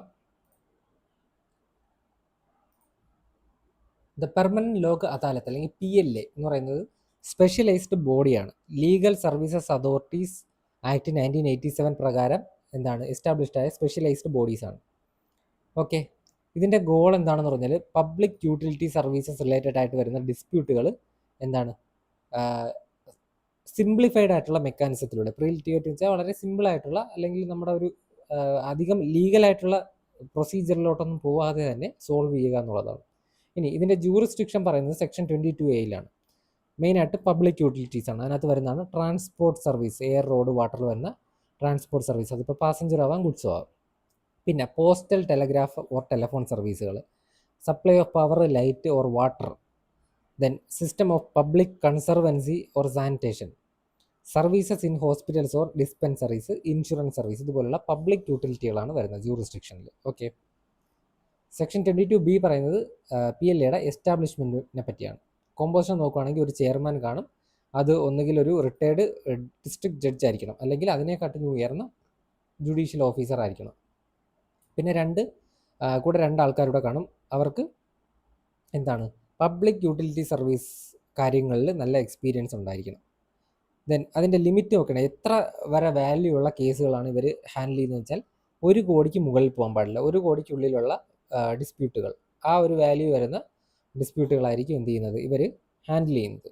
Okay, how the process works ആണ് section 22C പറയുന്നത്. Pre litigation എന്ന് പറഞ്ഞാൽ അതായത് എന്താണ് ഡിസ്പ്യൂട്ടിൽ വരുന്ന പാർട്ടികൾക്ക് പി എൽ എക്ക് ആപ്ലിക്കേഷൻ കൊടുക്കാൻ പറ്റും, ഈ കോർട്ടുകളിലേക്കൊക്കെ പോകുന്നതിന് മുന്നേ തന്നെ. അപ്പോൾ അവരത് സോൾവ് ചെയ്യും. ഓക്കെ, പെർമനന്റ് ലോക അദാലത്തിൽ ആപ്ലിക്കേഷൻ കൊടുക്കാൻ പറ്റും. ഇനി കൺസൈലേഷൻ എങ്ങനെയാണെന്ന് പറഞ്ഞാൽ, അവരാദ്യം പി എൽ എ എന്താണ് ചെയ്യുന്നതെന്ന് വെച്ചാൽ, പാർട്ടികൾ തമ്മിൽ സംസാരിച്ചൊരു ഫ്രണ്ട്ലി ആയിട്ടുള്ളൊരു സെറ്റിൽമെൻറ്റിൽ എത്താനായിട്ട് ശ്രമിക്കും. അവർ ഫെയിലായി കഴിഞ്ഞാൽ അഡ്ജുഡിക്കേഷൻ നടക്കും. അതായത് പാർട്ടികൾ തമ്മിൽ ഡിസ്കസ് ചെയ്തൊരു സെറ്റിൽമെൻറ്റിൽ എത്താൻ പറ്റിയില്ല എങ്കിൽ എന്ത് ചെയ്യുമെന്ന് വെച്ചാൽ, ഇവർ തന്നെ ഡിസൈഡ് ചെയ്യും. എങ്ങനെയാണെന്ന് വെച്ചാൽ, അവരുടെ അതോറിറ്റി യൂസ് ചെയ്തിട്ട് അധികം ലീഗലായിട്ടുള്ള ഇതിലേക്കൊന്നും പോവാതെ തന്നെ അത് സോൾവ് ചെയ്ത് വിടും. ഓക്കെ, ഇവർക്ക് എന്ത് ചെയ്യാൻ പറ്റത്തില്ല, ഈ പെർമനന്റ് ലോക അദാലത്തിന് നോൺ കോമ്പൗണ്ടബിൾ ഒഫൻസുകളൊന്നും എന്ത് ചെയ്യാൻ പറ്റില്ല, ഹാൻഡിൽ ചെയ്യാൻ പറ്റത്തില്ല. നോൺ കോമ്പൗണ്ടബിൾ ഒഫൻസ് എന്ന് വെച്ചാൽ നമ്മുടെ പബ്ലിക്, അതായത് സൊസൈറ്റിയെ ഹർട്ട് ചെയ്യുന്ന പോലുള്ള, ഇപ്പം മർഡർ, റേപ്പ്, അങ്ങനെയൊക്കെയുള്ള കാര്യങ്ങൾ, അങ്ങനെയുള്ള ഹർട്ട് ചെയ്യുന്ന കാര്യങ്ങളിലൊന്നും ഡിസിഷൻ എടുക്കാനുള്ള പവറില്ല. സെക്ഷൻ 22D എടുക്കുവാണെങ്കിൽ സിംപ്ലിഫൈഡ് പ്രൊസീജിയറാണ് ഇവർ ഫോളോ ചെയ്യുന്നത്. അതായത് കോഡ് ഓഫ് സിവിൽ, അതായത് നമ്മുടെ ഇപ്പോഴത്തെ BNSO അല്ലെങ്കിൽ ഭാരതീയ ന്യായ സംഹിത അതൊക്കെ ഉണ്ടല്ലോ, അതിലോട്ടൊന്നും എന്താണ് ആ ഒരു ഇന്ത്യൻ എവിഡൻസ് ആക്റ്റോ അതൊന്നും യൂസ് ചെയ്യത്തില്ല. പകരം ഇവർ യൂസ് ചെയ്യുന്നത് വെച്ചാൽ വളരെ സിമ്പിളായിട്ടുള്ള നാച്ചുറൽ ജസ്റ്റിസും ഒബ്ജക്റ്റിവിറ്റിയും ഫെയർനെസ്സും, എന്തായിരിക്കും ശരി എന്നുള്ളതൊക്കെ ആലോചിച്ചിട്ടുള്ള രീതിയിലുള്ള ജഡ്ജ്മെൻ്റാണ് അവിടെ എടുക്കുന്നത്. സെക്ഷൻ 22E എടുക്കുകയാണെങ്കിൽ എങ്ങനെയാണ് ഇവർ വിധിക്കുന്നതെന്നാണ്. അതായത് ഇവരുടെ വിധികളെല്ലാം എന്താണ്, രണ്ട് പാർട്ടിക്കും ഫൈനലും ആയിരിക്കും, ബൈൻഡിങ്ങും ആയിരിക്കും. അതുപോലെ തന്നെ അപ്പീലുകൾക്കൊന്നും ഇതിന് മുകളിലോട്ട് പിന്നെ പോകാൻ പറ്റത്തില്ല. പക്ഷേ റിട്ട് ജൂറിസ്ഡിക്ഷൻ ഓക്കെയാണ്. ഹൈക്കോർട്ടിൻ്റെ റിട്ട് ജൂറിസ്ഡിക്ഷൻ വെച്ചിട്ട് വേണമെങ്കിൽ ഹൈക്കോർട്സിന് ഇതിൻ്റെ മുകളിലേക്ക് റിട്ടുകളൊക്കെ വേണമെങ്കിൽ ഫയൽ ചെയ്യാം. പക്ഷേ അല്ലാതെ ഒരു ചലഞ്ചിങ് പോസിബിൾ അല്ല.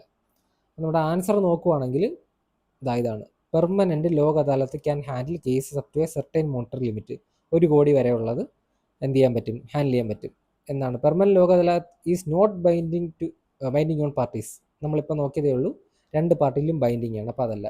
Permanent Lok Adalat has jurisdiction over disputes related to criminal offence പറ്റത്തില്ല എന്ന് നമ്മൾ പറഞ്ഞു. നോൺ കോമ്പൗണ്ടബിൾ ഒഫൻസ് പറ്റത്തില്ല. Permanent Lok Adalat can only act as a conciliator and cannot decide. അല്ല, ഡിസിഷൻ എടുക്കാൻ പറ്റുകയും ചെയ്യും, അതെന്താണ്, അപ്പീൽ ചെയ്യാനും പറ്റത്തില്ല.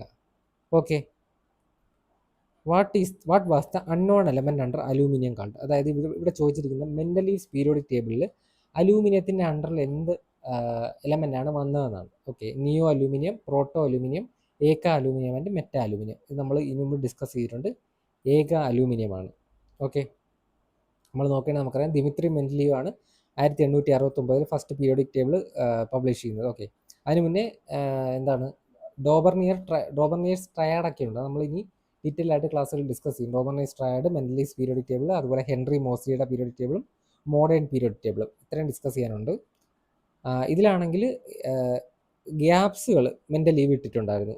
കാരണം അദ്ദേഹം പ്രെഡിക്റ്റ് ചെയ്തിരുന്നു അലൂമിനിയത്തിൻ്റെ താഴെ ഏക അലൂമിനിയം എന്ന് പറയുന്ന ഗ്യാപ്പ് ഇട്ടിട്ടുണ്ടായിരുന്നു. അതുപോലെ തന്നെ ബോറോണിൻ്റെ താഴെ ഏക ബോറോൺ എന്ന് പറഞ്ഞ്, ഏക ബോറോണാണ് പിന്നെ സ്കാൻഡിയമായിട്ട് കണ്ടുപിടിച്ചത്. അതുപോലെ ഏക അലൂമിനിയാണ് പിന്നെ ഗാലിയുമായിട്ട് കണ്ടുപിടിക്കുന്നത്. ഏക സിലിക്കണാണ് ജെർമേനിയുമായിട്ട് പിന്നെ കണ്ടുപിടിക്കുന്നത്. ആൻഡ് ഏക മാംഗനീസ് ആണ് ടെക്നീഷ്യം. ഓക്കെ, ഏക എന്ന് വെച്ചാൽ സാൻസ്ക്രിറ്റ് വേർഡ് 1 എന്നാണ് അർത്ഥം, അതൊക്കെ അറിയാം. സോ ഇതിൻ്റെ ഉത്തരം ഏക അലൂമിനിയമാണ്. As per the sustainable development goal India index 2023-24, what was the estimated percentage of reduction in the population living in multi-dimensional poverty between 2015-16 and 1921? അതായത് 2015-16 കാലഘട്ടത്തിൽ നിന്നും 2019-21 പോയപ്പോൾ എത്രത്തോളം റിഡക്ഷനാണ് population living in multi dimensional പോവർട്ടിക്ക് സംഭവിച്ചതെന്നാണ് ചോദ്യം. അത് വന്നത് 2023-24 സസ്റ്റൈനബിൾ ഡെവലപ്മെൻറ്റ് ഗോളിൽ നിന്നാണ്. ഓക്കെ, ഇതിൻ്റെ ഉത്തരം 24.8% to 14.96% ആണ്. നമുക്കത് നോക്കാം. ലേറ്റസ്റ്റ് ആയിട്ടുള്ള sustainable development goal India index എന്ന് പറയുന്നത് 2023-24 തന്നെയാണ്. അത് തന്നെയാണ് ഓൾറെഡി ചോദിച്ചിട്ടുള്ളതാണ്. അത് തന്നെയാണ് ഇപ്പോഴും നിലവിൽ ലേറ്റസ്റ്റ്. അവിടെ നോക്കുകയാണെങ്കിൽ ഇത് റിലീസ് ചെയ്യുന്ന നിതി ആയോഗാണ്. ഓക്കെ, ഇതിൻ്റെ 4th എഡിഷനാണ് ഇപ്പോൾ ലാസ്റ്റായിട്ട് റിലീസായത്. ദെൻ ഇതെന്ന് പറയുന്നത് 2030 കൂടി സസ്റ്റൈനബിൾ ഡെവലപ്മെൻറ്റ് ഗോൾ അച്ചീവ് ചെയ്യാനുള്ള ഇന്ത്യയുടെ ആ ഒരു പ്രോഗ്രസ്സിനെ ട്രാക്ക് ചെയ്യാൻ വേണ്ടിയിട്ടാണ് ഇത് ഇറക്കുന്നത്. ഓക്കെ, ഇതിൽ യൂസ് ചെയ്യുന്നത് 113 ഇൻഡിക്കേറ്റേഴ്സും 16 ഗോളുകളുമാണ്. ഓക്കെ, നമ്മുടെ സസ്റ്റൈനബിൾ ഡെവലപ്മെൻറ്റ് ഗോൾ എടുക്കുകയാണെങ്കിൽ 17 ഗോളുണ്ട്, പ്രധാനമായിട്ട് 16 എണ്ണമാണ്. ആ 16 ഗോളുകളാണ് യൂസ് ചെയ്യുന്നത്. ഇനി ഇന്ത്യയുടെ കോമ്പോസിറ്റ് സ്കോർ എന്ന് പറയുന്നത് 71 മാറി. ഓക്കെ, 2020-21 എടുക്കുകയാണെങ്കിൽ 66 ആയിരുന്നു, ഇപ്പോൾ അത് 71. Current estimated head count ratio എടുക്കുകയാണെങ്കിൽ 11.28% കുറഞ്ഞിട്ടുണ്ട്. ഹെഡ് കൗണ്ട് റേഷ്യോ എന്ന് പറഞ്ഞാൽ നമ്മൾ ഇതിന് മുന്നും നോക്കിയിട്ടൊക്കെ ഉള്ളതാണ്. അതായത് number of poor people by total population into 100 ആണ്. എത്രത്തോളം ആൾക്കാർ, എത്രത്തോളം പ്രൊപ്പോർഷൻ നമ്മുടെ കൺട്രിയിലെ പോപ്പുലേഷനിൽ എത്രത്തോളം പ്രൊപ്പോർഷൻ ഓഫ് ആൾക്കാർ മൾട്ടി ഡയമെൻഷണൽ പോവർട്ടിയിൽ ജീവിക്കുന്നുണ്ട് എന്നറിയാൻ വേണ്ടിയിട്ടാണ്. ഐ മീൻ പോവർട്ടി ലൈനിന് താഴെ, മൾട്ടി ഡയമെൻഷണൽ പോവർട്ടി അല്ല, പോവർട്ടി ലൈനിന് താഴെ എത്ര പേര് ജീവിക്കുന്നുണ്ട് എന്നറിയാൻ വേണ്ടിയിട്ടാണ് അത് ചെയ്യുന്നത്. അത് 11.28 ആയിട്ട് കുറഞ്ഞിട്ടുണ്ട്. 29.17% ആയിരുന്നു 2013-14, പക്ഷേ അതിപ്പോൾ 11.28% കുറഞ്ഞിട്ടുണ്ട്. ഇനി സ്കെയിൽ ഓഫ് ഇമ്പാക്ട് നോക്കുകയാണെങ്കിൽ 24.82 കോടി ജനങ്ങൾ മൾട്ടി ഡയമെൻഷണൽ പോവർട്ടിയിൽ നിന്ന് രക്ഷപ്പെട്ടിട്ടുണ്ട് ലാസ്റ്റ് 9 ഇയേഴ്സ് എടുക്കുകയാണെങ്കിൽ. ഇനി നമുക്ക് നോക്കാം ടോപ്പ് പെർഫോമേഴ്സ്. സ്റ്റേറ്റിൻ്റെ കാര്യം എടുക്കുമ്പോൾ കേരളയും ഉത്തരാഖണ്ഡുമാണ്. 2 പേർക്കും 1-ാം സ്ഥാനമാണ്, 79 സ്കോർ. പക്ഷേ ലീസ്റ്റ് പെർഫോമർ ആരാണ്? ലോവസ്റ്റ് പെർഫോമർ ബീഹാറാണ്, 57 മാത്രമാണ് സ്കോർ. ഇനി യൂണിയൻ ടെറിട്ടറി എടുക്കുകയാണെങ്കിൽ ചണ്ഡീഗഡാണ്, 77 സ്കോർ. ഇവിടെ നമുക്ക് UN സസ്റ്റൈനബിൾ ഡെവലപ്മെൻറ്റ് ഗോളുകൾ കാണാം. ഇത് നമ്മൾ പഠിക്കേണ്ടതെന്ന് വെച്ചാൽ നമ്പർ വെച്ച് തന്നെ പഠിക്കണം. ആദ്യത്തേത് അങ്ങനെ തന്നെ ചോദിക്കും. നമ്പർ 1 എന്ന് പറയുന്നത് നോ പോവർട്ടിയാണ്. ഓക്കെ, ഞാനിവിടെ വേറൊരു ലിങ്ക് എടുക്കാം. ഓക്കെ, കാണാൻ പറ്റുമായിരിക്കും. നോ പോവർട്ടിയാണ്. Then 0 hunger 2, 3 good health and wellbeing, 4 quality education, 5 gender equality, then 6 clean water and sanitation, 7 affordable and clean energy, 8 decent work and economic growth, 9 industry innovation and infrastructure, 10 reduced inequalities, 11 sustainable cities and communities, 12 responsible consumption and production, 13 climate action, 14 life below water, 15 life on land, 16 peace justice and strong institutions, 17 and last എന്ന് പറയുന്ന partnership for the goals. അതായത് ഈ ഗോളുകളൊക്കെ achieve ചെയ്യാൻ വേണ്ടി എല്ലാ കൺട്രീസും ഒന്നായിട്ട് നിൽക്കണം എന്നുള്ളത്. അപ്പം പ്രധാനമായിട്ടും 16 എണ്ണമാണുള്ളത്. ലാസ്റ്റത്തെ പാർട്ണർഷിപ്പ് ഫോർ ഗോൾസ് ആണ്. ഓക്കെ, അപ്പോൾ ഇതിൻ്റെ ഉത്തരം ഇപ്പോഴത്തെ പഠിച്ചു വെച്ചോളണം. ഇവിടെ ചോദിച്ചിട്ടുണ്ടായിരുന്നത് എത്രത്തോളമാണ് 2015, 16 19, 21 വന്നപ്പം എത്രത്തോളം റിഡക്ഷനാണ് മൾട്ടി ഡയമെൻഷണൽ പോവർട്ടിയിൽ ജീവിക്കുന്ന ആൾക്കാർക്ക് ഉണ്ടായെന്ന് വെച്ചാൽ 24.8 നിന്നും 14.96 കുറഞ്ഞത്. ഓക്കെ, നമുക്കിതാ ഇവിടെ നോക്കിയാൽ കാണാം. എവിടെ 29.17. ഓക്കെ, 29.17 നിന്ന്, സോറി ഇതിനകത്തത് എഴുതിയിട്ടില്ല, ഇവിടെ നോക്കി പഠിച്ചു വെച്ചിരുന്നാൽ മതി. 24.8 ആയിരുന്നു മൾട്ടി ഡയമെൻഷണൽ പോവർട്ടി ഇൻഡെക്സിൽ ഉണ്ടായിരുന്നത്. അത് 14.96 കുറഞ്ഞിട്ടുണ്ട്. ഓക്കെ, അടുത്ത ക്വസ്റ്റിലേക്ക് പോവാം. Which of the following is not a ഗണവാദ്യ? ഗണവാദ്യം അല്ലാത്തത് ഏതെന്നാണ് ചോദ്യം. അപ്പം നമ്മൾ സുഷിരവാദ്യം, അതുപോലെ തന്തുവാദ്യം, ഗണവാദ്യം, അവനതവാദ്യം ഒക്കെ പഠിക്കുന്നുണ്ട്. അപ്പം നമുക്ക് നോക്കാം. മൃദംഗം, മഞ്ജിറ, കർത്താൽ, ജലതരംഗ്. ഇതിൻ്റെ ആൻസർ മൃദംഗമാണ്. അതെങ്ങനെ വന്നെന്ന് നമുക്ക് നോക്കാം. സുഷിരവാദ്യം എന്ന് പറഞ്ഞാൽ വിൻഡ് ഇൻസ്ട്രുമെൻസ് ആണ്. വിൻഡ് ഇൻസ്ട്രുമെൻസിനെയാണ് സുഷിരവാദ്യം എന്ന് വിളിക്കുന്നത്. അതായത് ഒരു ഹോളോ ആയിട്ടുള്ള കോളത്തിലൂടെ നമ്മൾ എയർ ബ്ലോ ചെയ്യുമ്പോൾ ഉണ്ടാകുന്ന സൗണ്ടാണ്. എക്സാമ്പിൾ നോക്കുകയാണെങ്കിൽ ബാൻസുരി, നമ്മുടെ ഓടക്കുഴൽ, പിന്നെ ഷെഹനായി, പുങ്കി, ശംഖ് അല്ലെങ്കിൽ കൊഞ്ച്, ഹാർമോണിയം. നമ്മൾ പ്രീവിയസ് ക്ലാസ്സിൽ ഫോട്ടോയൊക്കെ വെച്ചിട്ട് പഠിപ്പിച്ചിട്ടുണ്ടായിരുന്നു. ഇനി തന്തുവാദ്യമാണെങ്കിൽ സ്ട്രിങ് ഇൻസ്ട്രുമെൻസ് ആണ്. അതിൽ സ്ട്രിങ് വൈബ്രേറ്റ് ചെയ്യുന്നതിലൂടെയാണ് എന്ത് ചെയ്യുന്നത്? സൗണ്ട് പ്രൊഡ്യൂസ് ആവുന്നത്. സിത്താർ, വീണ, സരോദ്, സന്തൂർ, സാരംഗി, വയലിനൊക്കെയാണ് എക്സാമ്പിൾ. ഓക്കെ, അവനതവാദ്യം എന്ന് പറഞ്ഞാൽ പെർക്കഷനാണ്, അല്ലെങ്കിൽ മെംബ്രാനോഫോൺ എന്ന് പറയും. അതായത് സ്ട്രെച്ച് ചെയ്ത് ഒരു മെംബ്രെയിൻ ഇങ്ങനെ വെച്ചിട്ടുണ്ടാവും. ഇപ്പം കന്നുകാലികളുടെ തോലൊക്കെയാണ് ഇതിന് മെയിനായിട്ട് യൂസ് ചെയ്യുന്നത്. ചെണ്ട ആലോചിച്ചാൽ മതി. അതിൽ കൊട്ടുമ്പം സൗണ്ട് ഉണ്ടാവും. എക്സാമ്പിളാണ് തബല, മൃദംഗം, ധോലക്ക്, ചെണ്ട. ഓക്കെ, മൃദംഗം എന്താണ്? അവനതവാദ്യമാണ്. ഇനി ഗണവാദ്യം നോക്കുവാണെങ്കിൽ സോളിഡ് അല്ലെങ്കിൽ ഇഡിയോഫോണാണ്. അവിടെ സോളിഡ് ആയിട്ടുള്ള മെറ്റീരിയൽ, മെറ്റലോ വുഡോ ആവാം, അങ്ങനെയുള്ള മെറ്റീരിയൽ സ്ട്രൈക്ക് ചെയ്തുകൊണ്ടാണ് എന്ത് ചെയ്യുന്നത്? സൗണ്ട് പ്രൊഡ്യൂസ് ചെയ്യുന്നത്. അതിന് എക്സാമ്പിളാണ് മഞ്ജിറ അല്ലെങ്കിൽ സിംബൽസ്. അതുപോലെ ജലതരംഗ്, കർത്താല്, ഘട്ടം, കുടം തിരിച്ചു വെച്ചിട്ട് ഇങ്ങനെ അടിക്കുന്നത്. നമുക്ക് നോക്കാം. ഇവിടെ നോക്കിയാൽ നമുക്ക് ജലതരംഗ് എന്ന് വെച്ചാൽ ഇതാണ്, ബൗളിൽ വെള്ളം വെച്ചിട്ട് അതിൽ കൊട്ടും. മൃദംഗം എന്ന് പറഞ്ഞാൽ അതാ ഇങ്ങനെ ഇരിക്കും. മഞ്ജിറയാണെങ്കിൽ നമ്മുടെ ഈ നമ്മൾ ചെണ്ടക്കൊട്ടിൻ്റെ സമയത്തൊക്കെ കാണാറുണ്ട്, ഇങ്ങനെ ചിൽ സൗണ്ട് ഉണ്ടാക്കുന്നത്. ദെൻ കർത്താലാണ് ഇത്. ഓക്കെ, ഇതെല്ലാം എന്താണ്? ഇതെല്ലാം അവനതവാദ്യമാണ്. പക്ഷേ മൃദംഗം മാത്രം എന്താണ്? ഇതെല്ലാം അവനതവാദ്യമാണ്. മൃദംഗം മാത്രം പെർക്കഷനാണ്, അഥവാ ഗണവാദ്യമാണ്. സോറി, മൃദംഗം മാത്രം അവനതവാദ്യമാണ്, പെർക്കഷനാണ്. ബാക്കി ഇതെല്ലാം എന്താണ്? ഗണവാദ്യമാണ്. ഇവിടെ ഗണവാദ്യം അല്ലാത്ത ഏതെന്നാണ് ചോദ്യം. മൃദംഗമാണ് ഉത്തരം. ബാക്കിയെല്ലാം അവനതവാദികളും. Okay. Which of the following statements about small causes courts is correct? Small causes court related ആയിട്ടുള്ള ഏത് സ്റ്റേറ്റ്മെൻ്റ് ആണ് correct? They can hear appeals from Nyaya Panchayat. ന്യായ പഞ്ചായത്ത് ഏതാണെന്ന് അറിയാലോ. ന്യായ പഞ്ചായത്ത് നമ്മുടെ പഞ്ചായത്ത് സമിതിയുടെ ജുഡീഷ്യൽ ബോഡിയാണ്. അതുപോലെ തന്നെ നമ്മൾ എന്താണ് പഞ്ചായത്ത് പഠിക്കുന്ന സമയത്ത് നമ്മൾ അതിൻ്റെ 3 ക്ലാസിഫിക്കേഷൻ നോക്കുന്നുണ്ട്. ഡിസ്ട്രിക്ട് ലെവലിൽ ജില്ലാ പരിഷത്ത്, ഇൻ്റർമീഡിയറ്റ് ലെവലിൽ പഞ്ചായത്ത് സമിതി, ആൻഡ് ഏറ്റവും വില്ലേജ് ലെവലിൽ ഗ്രാമപഞ്ചായത്ത്. ജില്ലാ പരിഷത്തിൻ്റെ ജുഡീഷ്യറി ബോഡിയാണ് ഡിസ്ട്രിക്ട് കോർട്ടുകൾ. അതുപോലെ പഞ്ചായത്ത് സമിതിയുടെ ജുഡീഷ്യൽ ബോഡിയാണ് ന്യായപഞ്ചായത്തുകൾ. ഇനി ഗ്രാമപഞ്ചായത്താണെങ്കിൽ ജുഡീഷ്യൽ ബോഡി ഏതാണ്? ഗ്രാമസഭയാണ്. അപ്പം ദേ ക്യാൻ ഹിയർ അപ്പീൽസ് ഫ്രം ന്യായപഞ്ചായത്ത് എന്നാണ് ആദ്യം പറഞ്ഞിരിക്കുന്നത്. Then they deal exclusively with criminal cases of A minor nature. There decisions are final but subject to high കോർട്ട്സ് revision. They exist in all States under A uniform nomenclature. Okay, നമുക്കിത് നോക്കാം. ഇന്ത്യയിൽ 2 ആക്റ്റുകളിലൂടെയാണ് ഈ small കോർട്ട്സ് എന്താണ് പ്രവർത്തിച്ചു വരുന്നത്. The presidency small courts act 1882 കൊൽക്കട്ടയ്ക്കും ചെന്നൈക്കും മുംബൈക്ക് വേണ്ടിയിട്ടുള്ളത്. The provincial small courts act 1887 ബാക്കി ഇന്ത്യക്ക് വേണ്ടിയിട്ടുള്ളത്. ഓക്കെ, ഇതിൻ്റെ പ്രവർത്തനം എങ്ങനെയാണെന്ന് വെച്ചാൽ ഫാസ്റ്ററും എന്താണ് പെട്ടെന്നുള്ള ലീഗൽ പ്രോസസ്സിന് വേണ്ടിയിട്ടാണ് ഈ സ്മോൾ കോർട്ടുകൾ ഉപയോഗിക്കുന്നത്. മറ്റേ സിവിൽ കോർട്ടുകളൊക്കെ ആണെങ്കിൽ ഒരുപാട് കാലതാമസം എടുക്കും ഒരു വിധി വരാൻ തന്നെ. ഇനി ഇതിൽ നോ ഓറൽ എവിഡൻസ് റെക്കോർഡിംഗ് ആണ്. എവിഡൻസ് ഒന്നും നമ്മൾ ഓറലി റെക്കോർഡ് ചെയ്യത്തില്ല. പകരം ചെറിയ ബ്രീഫായിട്ടുള്ള മെമ്മോറാൻഡം ചെറിയതായിട്ട് എഴുതി വെക്കത്തേ ഉള്ളൂ, ഇമ്പോർട്ടൻ്റ് ആയിട്ടുള്ള കാര്യങ്ങൾ മാത്രം. ലിമിറ്റഡ് ജൂറിസ്ഡിക്ഷനാണ്. അതിന് ജൂറിസ്ഡിക്ഷൻ നോക്കുവാണെങ്കിൽ സ്പെസിഫിക് ആയിട്ടുള്ള കേസുകൾ മാത്രമേ അതിനെടുക്കാൻ പറ്റത്തുള്ളൂ. ഇനി ഡിസിഷൻ എങ്ങനെയാണെന്ന് വെച്ചാൽ റൈറ്റ് ടു അപ്പീൽ ഇവിടെയും ഇല്ല. നമ്മൾ നേരത്തെ പെർമനന്റ് ലോക അദാലത്ത് നോക്കിയായിരുന്നു. അതുപോലെ തന്നെ ഇവിടെ റൈറ്റ് ടു അപ്പീൽ ഇല്ല. ഓക്കെ, പക്ഷേ എന്ത് ചെയ്യാൻ പറ്റും? ഹൈക്കോർട്ടിനും ഡിസ്ട്രിക്ട് കോർട്ടിനൊക്കെ റിവിഷൻ ഓഫ് പെറ്റീഷൻ നടത്താൻ പറ്റും. അതായത് എന്തെങ്കിലും ലീഗൽ എറർ ഉണ്ടോ എന്ന് നോക്കാൻ വേണ്ടി മാത്രം റിവിഷൻ ഓഫ് പെറ്റീഷൻ നടത്താൻ പറ്റും. ഓക്കെ, ഇനി ജൂറിസ്ഡിക്ഷൻ നോക്കുവാണെങ്കിൽ എന്തെങ്കിലും നമ്മൾ വാക്കാൽ ഉറപ്പിച്ചതോ അല്ലെങ്കിൽ കോൺട്രാക്റ്റിലൂടെയുള്ള ചെറിയ ചെറിയ പൈസയുടെ റിക്കവറികൾ നടത്താം. അതുപോലെ തന്നെ ഇപ്പം മൂവബിൾ പ്രോപ്പർട്ടി എന്ന് പറയുമ്പോൾ നമ്മുടെ കാറോ ബൈക്കോ അങ്ങനെ എന്തെങ്കിലുമൊക്കെ നഷ്ടപ്പെട്ടിട്ടുണ്ടെങ്കിൽ അത് തിരിച്ചെടുക്കാം.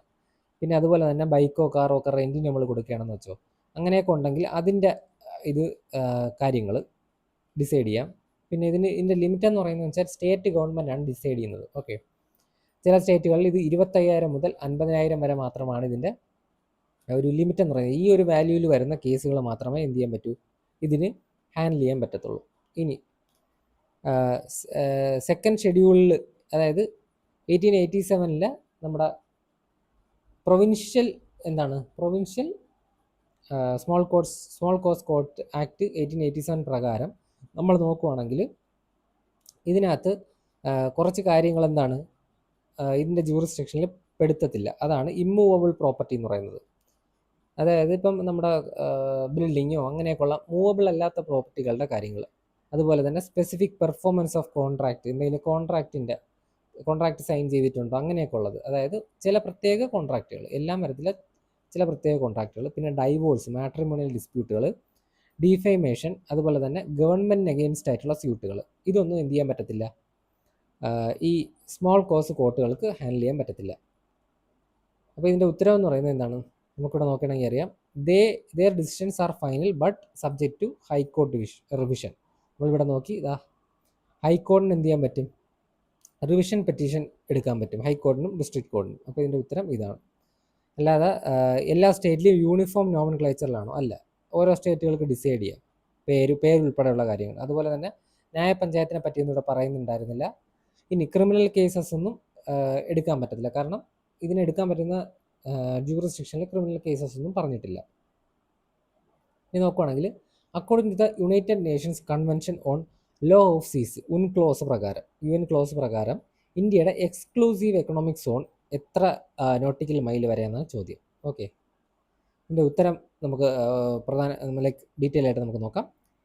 United Nations convention on law of seas adopt ചെയ്തത് 1982 മൊണ്ടേഗോ ബേ ജമൈക്കയിലെ മൊണ്ടേഗോ ബേയിൽ വെച്ചിട്ടാണ് 1982 United Nations convention on law of seas adopt ചെയ്യുന്നത്. ബട്ട് ഇത് എൻഫോഴ്സ്ഡ് ആവുന്നത് 1994 ഇനി ഇതിലെ ഓരോ സോണുകൾ നമുക്ക് നോക്കാം.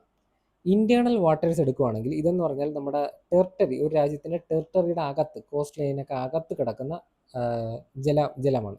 അതായത് ഇപ്പോൾ ലേക്ക് വരാം, അതുപോലെ അവിടെ ഒഴുകുന്ന നദികൾ, പിന്നെ പോർട്ടുകൾ, അഴിമുഖങ്ങളൊക്കെ വരും. ഇവിടെ ഈ രാജ്യത്തിന് ഫുൾ സോവറിനിറ്റിയാണ്, അതായത് എല്ലാ ഡിസിഷനും അവർക്ക് എടുക്കാം. ഇവിടെ എന്താണ്, മറ്റ് ഫോറിൻ വെസൽസിൻ്റെ പാസേജ് അനുവദിക്കത്തില്ല. ടെറിട്ടോറിയൽ സീ എടുക്കുകയാണെങ്കിൽ 12 നോട്ടിക്കൽ മൈൽ, അതായത് നമ്മുടെ ബേസ് ലൈൻ കോസ്റ്റൽ ലൈനിൽ നിന്നും 12 നോട്ടിക്കൽ മൈൽ വരെ ടെറിട്ടോറിയൽ സീ ആണ്. ഇവിടെയും രാജ്യത്തിന് ഫുൾ അതോറിറ്റി ഉണ്ട്, സോവറിറ്റി ഉണ്ട്, സീ, എയർ ആൻഡ് ബെഡ്. പക്ഷേ ഇവിടെ എന്താണ്, innocent passage of foreign ships allow ചെയ്യണം. കാരണം ഇപ്പോൾ ട്രേഡൊക്കെ നടത്തണമെങ്കിൽ അവർ ഇത്രയും നോട്ടിക്കൽ മൈൽ ഇപ്പുറം വന്ന് നമ്മുടെ പോർട്ടിൽ വന്നാൽ മാത്രമേ നടക്കൂ. സോ ഇവിടെ അനുവദിക്കണം. ഇനി കണ്ടീജിയസ് സോൺ എടുക്കുകയാണെങ്കിൽ അത് 24 നോട്ടിക്കൽ മൈൽ വരെയാണ്.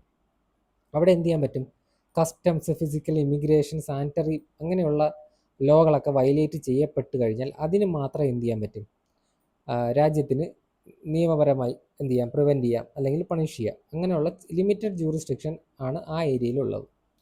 ഇനി എക്സ്ക്ലൂസീവ് എക്കണോമിക് സോൺ എടുക്കുകയാണെങ്കിൽ 200 നോട്ടിക്കൽ മൈൽ വരെ എക്സ്ക്ലൂസീവ് എക്കണോമിക് സോണാണ്. അവിടെ എന്താണെന്ന് വെച്ചാൽ അവിടുത്തെ റിസോഴ്സുകൾ നമുക്ക് യൂസ് ചെയ്യാം, എക്സ്പ്ലോർ ചെയ്യാം, എക്സ്പ്ലോയിറ്റ് ചെയ്യാം, അതുപോലെ മാനേജ് ചെയ്യാം. എന്തൊക്കെയാണ്, ഫിഷ്, മത്സ്യബന്ധനം നടത്താം, അതുപോലെ ഓയിൽ, ഗ്യാസ്, ഇങ്ങനെയൊക്കെ ഉള്ളത് മൈൻ ചെയ്തെടുക്കാം നമുക്ക്. ഇനി ഹൈ സീസ് ആണെങ്കിൽ ഈ എക്സ്ക്ലൂസീവ് സോൺ, എക്കണോമിക് സോൺ കഴിഞ്ഞ് വരുന്ന അടുത്ത സോണാണ് ഹൈ സീ. ഹൈ സീ എന്ന് വെച്ചാൽ 200 നോട്ടിക്കൽ മൈലിനും പുറത്തോട്ടുള്ള ഏരിയ എന്ന് പറയുന്നത് ഹൈ സീ ആണ്. അതെന്ന് പറഞ്ഞാൽ കോമൺ ഹെറിറ്റേജ് ഫോർ മാൻ കൈൻഡ് ആണ്. അതായത് ഏത് രാജ്യക്കാർക്കും അവിടെ എന്ത് ചെയ്യാം, അതിൻ്റെ ഇത് യൂസ് ചെയ്യാം, പീസ്ഫുൾ ആയിട്ട് അവിടെ യൂസ് ചെയ്യാം. ഓക്കെ, സോ ഇതിൻ്റെ ഉത്തരം എക്സ്ക്ലൂസീവ് എക്കണോമിക് സോൺ ചോദിച്ചിട്ടുണ്ടെങ്കിൽ അത് 200 നോട്ടിക്കൽ മൈലാണ്. ഇതിന് മുകളിലോട്ട് ഇതെല്ലാം വരുന്നത് എന്തിലാണ്, ഹൈ സീസിലാണ് വരുന്നത്. Okay, who among the following has been appointed as the private secretary to the prime minister Narendra Modi in March 2025? March 2025 PM നരേന്ദ്രമോദിയുടെ പ്രൈവറ്റ് സെക്രട്ടറി ആയത് ആര്? അഞ്ജു രതി, അമിതാഭ് കാന്ത്, അജയ് ബാദോ, നിധി തിവാരി. എൻ്റെ ആൻസർ നോക്കുകയാണെങ്കിൽ നിധി തിവാരിയാണ്. ഓക്കെ, ബാക്കിയുള്ളവരെയൊക്കെ നമുക്ക് നോക്കാം. ഇപ്പോഴും നിധി തിവാരി തന്നെയാണ് പ്രൈവറ്റ് സെക്രട്ടറി നരേന്ദ്രമോദിയുടെ. ബാക്കിയുള്ളവർ നോക്കുകയാണെങ്കിൽ അഞ്ജു രതി റാണ എന്ന് പറയുന്നത് നമ്മുടെ ഇപ്പോഴത്തെ യൂണിയൻ ലോ സെക്രട്ടറിയാണ്. Also first woman to hold this പോസ്റ്റുമാണ് അഞ്ജു രതി റാണ. അമിതാഭ് കാന്ത് ആണെങ്കിൽ നമ്മുടെ G20 ഷെർപ്പ മീറ്റിങ്ങിലെ ഫോർമർ എന്താണ് ഷെർപ്പയായിരുന്നു. അതുപോലെ തന്നെ L&Tയുടെ ബോർഡ് മെമ്പറാണ്. ഓക്കെ, ഷെർപ്പ മീറ്റിങ്ങുകളെന്ന് പറഞ്ഞാൽ ശരിക്കുള്ള മീറ്റിങ്ങിന് മുമ്പേ നടത്തുന്ന ഒരു മീറ്റിങ്ങാണ്. അതായത് അവിടെ ശരിക്കുള്ള മീറ്റിങ്ങിൽ വളരെ കുറച്ച് ആൾക്കാരെ മാത്രമേ കാണത്തുള്ളൂ. പ്രധാനപ്പെട്ട ഷെർപ്പ മീറ്റിങ്ങുകളിൽ ലാർജ് ഗ്യാതറിങ്സ് ആയിരിക്കും ഉണ്ടാവുക. ഇനി ആർക്കിടെക്റ്റ് ഓഫ് ഇൻക്രെഡിബിൾ ഇന്ത്യ എന്നെല്ലാവരും കേട്ടിട്ടുണ്ടാവും. അതിൻ്റെ ആർക്കിടെക്റ്റ് ആരാണ്? അമിതാഭ് കാന്താണ്. ഇനി അജയ് ബാദു ആരാണെന്ന് വെച്ചാൽ നമ്മുടെ ഗവൺമെൻറ് ഈ മാർക്കറ്റ് പ്ലേസിൻ്റെ CEO ആണ്. അതുപോലെ തന്നെ ഫോർമർ ഡെപ്യൂട്ടി ഇലക്ഷൻ കമ്മീഷണറുമാണ് ആര്? Ajay Bhadu. What happens when you use the format painter tool in MS Word? MS Wordൽ ഫോർമാറ്റ് പെയിൻറ്റർ ടൂൾ യൂസ് ചെയ്യുമ്പോൾ എന്താണ് സംഭവിക്കുന്നത്? It changes the page orientation. അല്ല, പേജ് ഓറിയൻറ്റേഷൻ ചെയ്യാൻ നമുക്ക് പേജ് ഓറിയൻറ്റേഷനോ ലേഔട്ടിലോ ഓപ്ഷൻ തന്നെയുണ്ട്. അതുപോലെ ഇറ്റ് ഇൻസെർട്ട് ഹൈപ്പർ ലിങ്ക്. അല്ല, it deletes a select text. അതിന് നമുക്ക് ഡിലീറ്റ് ഓപ്ഷൻ ഉണ്ട്. It copies format, example font, colour from one piece of text to another. Yes, ഇതാണ് ഇതിൻ്റെ ഉത്തരം. ഇത് എല്ലാവർക്കും അറിയാവുന്നതായിരിക്കും, ഭയങ്കര ഈസി ഒരു ക്വസ്റ്റൻ ആണ്. അതെ, ഇനി ഓറിയൻറ്റേഷൻ എങ്ങനെ ചേഞ്ച് ചെയ്യാം? നമുക്ക് MS Wordലാണെങ്കിൽ നമ്മൾ ലേഔട്ട് ടാബിൽ പോകണം, ദെൻ ഓറിയൻറ്റേഷനിലേക്ക് പോകണം. പേജ് സെറ്റപ്പ് ഗ്രൂപ്പിൽ ഓറിയൻറ്റേഷനിൽ പോയിട്ട് അവിടെ നമുക്ക് പോർട്രേറ്റോ ലാൻഡ്സ്കേപ്പോ ഒക്കെ ചൂസ് ചെയ്യാം.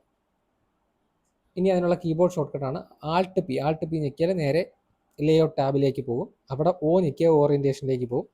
അവിടെ നമുക്ക് ആരോ കീസ് യൂസ് ചെയ്തിട്ട് നമുക്ക് ഏത് ഓറിയൻറ്റേഷൻ വേണമെന്ന് സെലക്ട് ചെയ്യാം.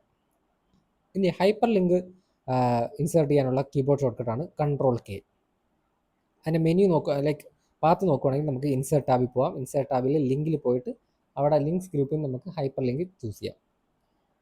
ഇനി നമുക്കിപ്പോൾ ഒരു ഇമേജോ ടെക്സ്റ്റോ ഒരു ലിങ്ക് ആക്കണമെങ്കിൽ ആ ഇമേജിലോ ടെക്സ്റ്റിലോ നമ്മൾ സെലക്ട് ചെയ്തിട്ട് അത് റൈറ്റ് ക്ലിക്ക് ചെയ്ത് ലിങ്ക് സെലക്ട് ചെയ്താൽ അതൊരു ലിങ്കായിട്ട് ആക്ട് ചെയ്യപ്പെടും.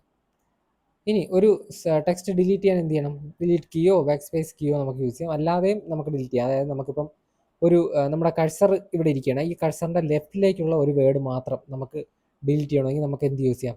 കൺട്രോൾ ബാക്ക് സ്പേസ് ഞെക്കാം. അതുപോലെ നമ്മുടെ കഴ്സർ ദാ ഇവിടെ ഇരിക്കുകയാണ്. അപ്പോൾ നമുക്ക് ഈ ദ മാത്രം, അതായത് ഈ കഴ്സറിൻ്റെ റൈറ്റ് സൈഡിലുള്ള ഒരൊറ്റ വേർഡ് മാത്രം നമുക്ക് ഡിലീറ്റ് ചെയ്യണമെങ്കിൽ നമുക്ക് കൺട്രോൾ ഡിലീറ്റ് ഞെക്കാം. കൺട്രോൾ എക്സ് ഞെക്കിയാൽ എന്താവും, കട്ടാവും. അതായത് ആ ടെക്സ്റ്റ് അവിടെ നിന്ന് പോയിട്ട് ക്ലിപ്പ് ബോർഡിൽ കോപ്പി ആവും. ഈ ക്ലിപ്പ് ബോർഡൊക്കെ ചോദിച്ചിട്ടുണ്ട്. ഓക്കെ, എവിടെയാണ് കട്ട് ചെയ്യുമ്പോൾ എവിടെയാണ് ടെക്സ്റ്റ് പോകുന്നതെന്ന് ചോദിച്ചാൽ അത് ക്ലിപ്പ് ബോർഡാണ്. Which feature of the phosphodiester bond contributes most to the overall negative charge of the DNA molecule? DNA മോളിക്യൂളിൻ്റെ ഓവറോൾ നെഗറ്റീവ് ചാർജ് കോൺട്രിബ്യൂട്ട് ചെയ്യുന്ന ഫോസ്ഫോഡയസ്റ്റർ ബോണ്ട് എന്ത് ഫീച്ചർ ആണെന്നാണ് ചോദ്യം. The phosphate groups ionisable oxygen atoms, the ribose sugar, the methyl group of thymine, the nitrogen in purines. Okay, നമുക്ക് നോക്കാം. ഇതിൻ്റെ ഉത്തരം the phosphate ഗ്രൂപ്പിൻ്റെ അയോണൈസബിൾ ഓക്സിജൻ ആറ്റംസ് ആണ്. അതെങ്ങനെയാണ് അത് വരുന്നത് നോക്കാം. നമുക്കറിയാം DNA എന്ന് വെച്ചാൽ എന്താണ്? ഡിയോക്സി റൈബോ ന്യൂക്ലിക് ആസിഡ് ആണ്. ഇതെന്ന് പറയുന്നത് നമ്മുടെ ലൈഫിൻ്റെ ബ്ലൂ പ്രിൻ്റ് ആണ്. അതുപോലെ തന്നെ ഡബിൾ ഹെലിക്സ് ആണ്. ഓക്കെ, വാട്സണും ക്രിക്കും കണ്ടുപിടിച്ച ഡബിൾ ഹെലിക്സ്. ഇനി ഇതിൻ്റെ കെമിക്കൽ സ്റ്റെബിലിറ്റിയും എബിലിറ്റിയൊക്കെ, അതായത് നമ്മുടെ ഇൻഫർമേഷൻ സ്റ്റോർ ചെയ്യാൻ വേണ്ടിയുള്ള കെമിക്കൽ എബിലിറ്റിയൊക്കെ എന്താണ്, രണ്ട് കാര്യത്തെ അടിസ്ഥാനമാക്കേണ്ടിയിരിക്കുന്നത്. അതിൻ്റെ ഫോസ്ഫോഡയസ്റ്റർ ബോണ്ടും അതുപോലെ തന്നെ അതിൻ്റെ ഓവറോൾ നെഗറ്റീവ് ചാർജ്. ഈ രണ്ട് കാര്യം എങ്ങനെ ഇതിനെ ബാധിക്കും എന്നുള്ളത് നമുക്ക് ഡീറ്റെയിൽ ആയിട്ട് നോക്കാം. ഫോസ്ഫോഡയസ്റ്റർ ബോണ്ട് എന്ന് പറഞ്ഞാൽ അത് അതിൻ്റെ DNA ബാക്ക് ബോൺ എന്നാണ് അറിയപ്പെടുന്നത്. അതെന്ന് പറഞ്ഞാൽ ഷുഗർ ഫോസ്ഫേറ്റ് യൂണിറ്റുകൾ തമ്മിലുള്ള സ്ട്രോങ് കോവാലൻ്റ് ബോണ്ടുകളെയാണ് നമ്മൾ ഫോസ്ഫോഡയസ്റ്റർ ബോണ്ട് എന്ന് പറയുന്നത്. ഇത് ഫോം ചെയ്യുന്നത് നമ്മുടെ ഒരു ഷുഗർ മോളിക്യൂളിലെ തേർഡ് കാർബണിൽ അറ്റാച്ച് ചെയ്തിരിക്കുന്ന ഹൈഡ്രോക്സിൽ ഗ്രൂപ്പുമായിട്ടും അതും പിന്നെ അടുത്തൊരു ന്യൂക്ലിയോടൈഡിലെ ഇതേപോലെ ഒരു ഷുഗർ മോളിക്യൂളിലെ ഫോസ്ഫേറ്റ് ഗ്രൂപ്പിലെ ഐ മീൻ ആ ന്യൂക്ലിയോടൈഡിലെ 5ാമത്തെ കാർബണിൽ ബോണ്ടായിരിക്കുന്ന ഫോസ്ഫേറ്റ് ഗ്രൂപ്പും തമ്മിലാണ്. ഓക്കെ, ഇത് നേരെ മനസ്സിലാക്കുന്ന രീതി ഞാൻ പറഞ്ഞുതരാം. അതായത് ഇവിടെ നോക്കുകയാണെങ്കിൽ നമുക്കറിയാം, ഇത്രയും ആണ് ന്യൂക്ലിയോടൈഡ് എന്ന് പറയുന്നത്. ഇതെന്താണെന്ന് വെച്ചാൽ ഇവിടെ ഒരു ഷുഗർ, ഇതിനെയാണ് നമ്മൾ ഷുഗർ എന്ന് പറയുന്നത്. ഇതാണ് ഫോസ്ഫേറ്റ് ഗ്രൂപ്പ്, ഇതാണ് ബേസ് എന്ന് പറയുന്നത്. ഓക്കെ, ഈ ബേസ് ആണ് നമ്മുടെ adenine thymine guanine cytosine. Okay, ഇത് അഡിനിൻ തൈമിൻ ഗുവാനിൻ സൈറ്റോസിൻ. ഇതിൽ അഡിനിനും ഗുവാനിനുമാണ് പ്യൂറിൻസ് എന്ന് പറയുന്നത്. തൈമിനും സൈറ്റോസിനും എന്താണ്? പിരിമിഡിൻസ് എന്നാണ് പറയപ്പെടുന്നത്. ഓക്കെ, ഇതിൽ പറയുന്നത് എന്താണെന്ന് വെച്ചാൽ ഇവിടെ നോക്കിയറിയാം, ഒരു ഷുഗർ മോളിക്യൂളിലെ തേർഡ് കാർബണിലെ ഹൈഡ്രോക്സിൽ ഗ്രൂപ്പ്, അതായത് ഈ ഷുഗർ മോളിക്യൂളിലെ ഇവിടെ ഇരിക്കുന്ന കാർബണാണ് തേർഡ് എന്ന് വെച്ചു. അതായത് ഇവിടെ ഇരിക്കുന്ന കാർബണാണ് തേർഡ്. അതിൽ അറ്റാച്ച് ചെയ്തിരിക്കുന്ന ഹൈഡ്രോക്സിൽ ഗ്രൂപ്പും ഫോസ്ഫേറ്റ് ഗ്രൂപ്പിലെ 5ാമത്തെ കാർബൺ ആറ്റത്തിൽ അറ്റാച്ച്ഡ് ആയിട്ടിരിക്കുന്ന ന്യൂക്ലിയോടൈഡിലെ 5ാമത്തെ കാർബണിൽ അറ്റാച്ച്ഡ് ആയിട്ടിരിക്കുന്ന ഫോസ്ഫേറ്റ് ഗ്രൂപ്പ്. സോറി, ഈ ബോണ്ടിനെ പറ്റിയല്ല കേട്ടോ പറയുന്നത്. ഇതല്ല, ഇത് ഫോസ്ഫോ എസ്റ്റർ ബോണ്ടാണ്. ഫോസ്ഫോഡയസ്റ്റർ ബോണ്ട് എന്ന് പറയുന്നത് ഈ ബോണ്ടാണ്.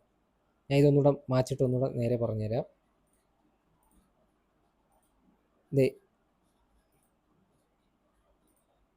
ഇവിടെ നോക്കിയാൽ മതി, ഇത് ഫോസ്ഫോ എസ്റ്റർ ബോണ്ടാണ്. നമ്മൾ പഠിക്കുന്ന ഫോസ്ഫോഡയസ്റ്റർ ബോണ്ടാണ്. ഫോസ്ഫോഡയസ്റ്റർ ബോണ്ട് എന്ന് വെച്ചാൽ നമ്മുടെ ഒരു ന്യൂക്ലിയോടൈഡിലെ ഒരു ഷുഗർ മോളിക്യൂളിലെ ഇതാണ് തേർഡ് കാർബൺ ആറ്റത്തിൽ അറ്റാച്ച് ചെയ്തിരിക്കുന്ന ഹൈഡ്രോക്സിൽ ഗ്രൂപ്പും അതുപോലെ തന്നെ 5th കാർബൺ ആറ്റത്തിൽ അറ്റാച്ച്ഡ് ആയിരിക്കുന്ന ഫോസ്ഫേറ്റ് ഗ്രൂപ്പും തമ്മിലുള്ള ഈ ബോണ്ടിനെയാണ് ഫോസ്ഫോഡയസ്റ്റർ ബോണ്ട് എന്ന് പറയുന്നത്. ഓക്കെ, ഇനി ഇതാണ് ഫോസ്ഫോ എസ്റ്റർ ബോണ്ട് എന്ന് പറയുന്നത്. അതായത് ഇവിടെ നോക്കിയറിയാം, ഫോസ്ഫോഡയസ്റ്റർ ബോണ്ട് ഷുഗർ എയും ഷുഗർ ബിയും തമ്മിലുള്ളതാണ്. അതായത് ഈ ഷുഗറും തമ്മിലുള്ള ബോണ്ടാണ്. ഇനി ഫോസ്ഫേറ്റും ഒരു ന്യൂക്ലിയോടൈഡിൽ ഇതിപ്പം ഒരു ന്യൂക്ലിയോടൈഡ് ഇത്രയും, ഇത് അടുത്ത ന്യൂക്ലിയോടൈഡ്, 2 ന്യൂക്ലിയോടൈഡ് തമ്മിലുള്ള ബോണ്ടാണ് ഫോസ്ഫോഡയസ്റ്റർ. ഒരു ന്യൂക്ലിയോടൈഡിലുള്ള തന്നെ ഒരു ഷുഗർ മോളിക്യൂളും അതേ ന്യൂക്ലിയോടൈഡിലുള്ള തന്നെ ഫോസ്ഫേറ്റും തമ്മിലുള്ള ബോണ്ടാണ് ഫോസ്ഫോ എസ്റ്റർ ബോണ്ട് എന്ന് പറയുന്നത്. ഓക്കെ, എൻ ഗ്ലൈക്കോസിഡിക് ബോണ്ട് എന്ന് പറഞ്ഞാൽ ഒരു ഷുഗർ മോളിക്യൂളും, അതായത് ഈ ഷുഗർ മോളിക്യൂളും ബേസുമായിട്ട് തമ്മിലുള്ള ഈ ബോണ്ടിനെയാണ് എൻ ഗ്ലൈക്കോസിഡിക് ബോണ്ട് എന്ന് പറയുന്നത്. ഇനി ഹൈഡ്രജൻ ബോണ്ട് എന്ന് പറഞ്ഞാൽ 2 ബേസ് പെയറുകൾ തമ്മിലുള്ള, ഇവിടെ തൈമിനും ഇവിടെ അഡിനിനും തമ്മിലുള്ള ഈ ബോണ്ടിനെ, ഡബിൾ ബോണ്ടിനെയാണ് ഹൈഡ്രജൻ ബോണ്ട് എന്ന് പറയുന്നത്. ഇത് അഡിനിനും തൈമിനും ആണെങ്കിൽ ഡബിൾ ബോണ്ടും സൈറ്റോസിനും ഗുവാനിനും ആണെങ്കിൽ ട്രിപ്പിൾ ബോണ്ടും ആണ്. ഓക്കെ, അത് ഓർത്ത് വയ്ക്കണം. ഇനി ഇങ്ങനെ ഒരു ഡയറക്ഷണാലിറ്റി ഈ ബോണ്ടിനുള്ളതുകൊണ്ട്, അതായത് തേർഡ് കാർബണും ഫിഫ്ത്ത് കാർബണും തമ്മിലുള്ള അറ്റാച്ച്മെൻറ്റ് ഫോസ്ഫോഡൈഎസ്റ്റർ ബോണ്ടിൽ വരുന്നതുകൊണ്ട് തന്നെ എപ്പോഴും DNA സ്ട്രാൻഡ്സിന് ഒരു ഡയറക്ഷണാലിറ്റി ഉണ്ടാവും. അതാണ് 5 ബാർ ടു 3 ബാർ എന്ന് പറയുന്നത്. അത് അതിൻ്റെ DNA റെപ്ലിക്കേഷനും ട്രാൻസ്ക്രിപ്ഷനൊക്കെ വളരെ ക്രൂഷ്യലാണ്. ഇനി ഇങ്ങനെയുള്ള ബോണ്ടുകൾ, ഈ ബോണ്ടുകളൊന്നും എന്താണ് ഒരിക്കലും സ്പോണ്ടേനിയസ് ഹൈഡ്രോളിസിസ് കാരണമൊന്നും ബ്രേക്കായി പോകത്തില്ല. അതുകൊണ്ട് തന്നെ ജനറ്റിക് ഇൻഫർമേഷൻ ഒരുപാട് നാൾ ഇൻടാക്റ്റ് ആയിട്ട് ലോങ് പീരീഡ് ഇരുന്നോളും. ഓക്കെ, ഇനി DNA എന്താണ് സെല്ലുലാർ എൻവയോൺമെൻറ്റിൽ ഇരിക്കുന്ന സമയത്ത്, ആ സെല്ലുലാർ എൻവയോൺമെൻറ്റ് എപ്പോഴും ഒരു ന്യൂട്രൽ pHയിലായിരിക്കും. ആ സമയങ്ങളിൽ ഫോസ്ഫേറ്റ് ഗ്രൂപ്പ് എന്ത് ചെയ്യും? ഹൈഡ്രജൻ അയോണുകൾ, H+ അയോണുകൾ ലൂസ് ചെയ്യും.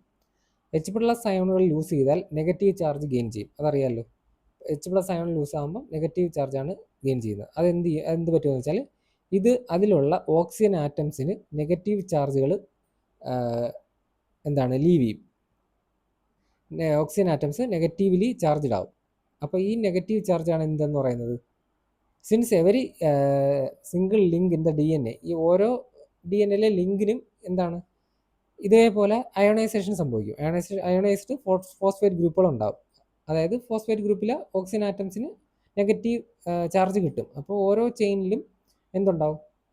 അയോണൈസേഷൻ സംഭവിക്കും. അതുപോലെ തന്നെ ഈ അയോണൈസ്ഡ് ഫോസ്ഫേറ്റുകൾ എന്ന് പറഞ്ഞാൽ നമ്മുടെ ഔട്ടർ ലെയറാണ്. ഒരു DNAയുടെ സ്ട്രാൻഡ് എടുത്താൽ അതിലെ ഔട്ടർ ലെയറിലാണ് ഫോസ്ഫേറ്റുകൾ വരുന്നത്. അപ്പോൾ ഔട്ടർ ലെയർ ആയതുകൊണ്ടും പിന്നെ ഈ രണ്ട് കാര്യങ്ങൾ കൊണ്ട് തന്നെ എന്ത് ചെയ്യത്തില്ല, ഈ മൊത്തത്തിലുള്ള DNAക്ക് ഒരു നെഗറ്റീവ് ചാർജ് ആയിരിക്കും എപ്പോഴും ഉണ്ടാവുക. Because the phosphate groups are located in the outside of the double ഹെലിക്സിൻ്റെ ഔട്ട്സൈഡ് ആയതുകൊണ്ടും നെഗറ്റീവ്ലി ചാർജ്ഡ് ഷെല്ല്, ഒരു നെഗറ്റീവ്ലി ചാർജ്ഡ് ആയിട്ടുള്ള ഷെല്ല് ജനറ്റിക് ഇൻഫർമേഷൻ അറൗണ്ട് ആയിട്ട് ഉണ്ടാവും.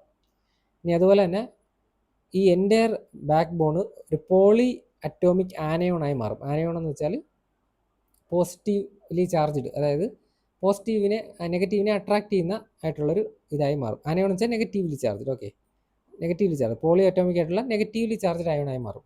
പോസിറ്റീവ് അല്ല, നെഗറ്റീവ്ലി ചാർജ്ഡ് ആയിട്ടുള്ള അയോണായി മാറും. ഇനി ഈ DNAക്ക് നെഗറ്റീവ് ചാർജ് എങ്ങനെ വരുമെന്ന് നമ്മൾ പറഞ്ഞു. അതായത് ഹൈഡ്രജൻ ആറ്റം ഇത് സെല്ലിനകത്തിരിക്കുമ്പോൾ ന്യൂട്രൽ ആയിട്ടുള്ള pH ആയതുകൊണ്ട് തന്നെ ഹൈഡ്രജൻ ആറ്റം ലൂസ് ചെയ്തിട്ട് ഓക്സിജന് നെഗറ്റീവ് ചാർജ് കിട്ടും. അപ്പം ഫോസ്ഫേറ്റ് ഏറ്റവും ഔട്ടർ ആയിട്ടുള്ള സൈഡിലായതുകൊണ്ട് തന്നെ, DNAയുടെ ഔട്ടറിലായതുകൊണ്ട് തന്നെ ഒരു നെഗറ്റീവ് ആയിട്ടുള്ളൊരു ഷെല്ല് ഫോം ചെയ്തിട്ട് DNAക്ക് മൊത്തത്തിലൊരു നെഗറ്റീവ് ചാർജ് കിട്ടും. ഈ DNA നെഗറ്റീവ് ആയതുകൊണ്ട് ഈ DNAയിൽ ഹിസ്റ്റോൺസ് വന്ന് ഒട്ടിപ്പിടിക്കും. ഹിസ്റ്റോൺസ് എന്ന് വെച്ചാൽ പോസിറ്റീവ്ലി ചാർജ്ഡ് പ്രോട്ടീനാണ്, ലൈസിൻ, അർഗനൈൻ എന്നൊക്കെ പറയുന്നത്. അപ്പോൾ ഇതിങ്ങനെ വന്ന് ഒട്ടിപ്പിടിച്ചിരിക്കുന്നതുകൊണ്ട് തന്നെ എപ്പോഴും DNA കോയിൽ ടൈറ്റ് ആയിട്ട് ഇങ്ങനെ കോയിൽഡ് ആയിട്ടിരിക്കും, അത് ഇളകി പോകത്തില്ല. ഇനി ഇലക്ട്രോഫോറസിസ് എന്താണെന്ന് നോക്കുകയാണെങ്കിൽ, നമ്മളിപ്പം ഒരു DNA ഒരു ഇലക്ട്രിക് ഫീൽഡിലൂടെ കടത്തി വിട്ടു എന്ന് വെച്ചോ.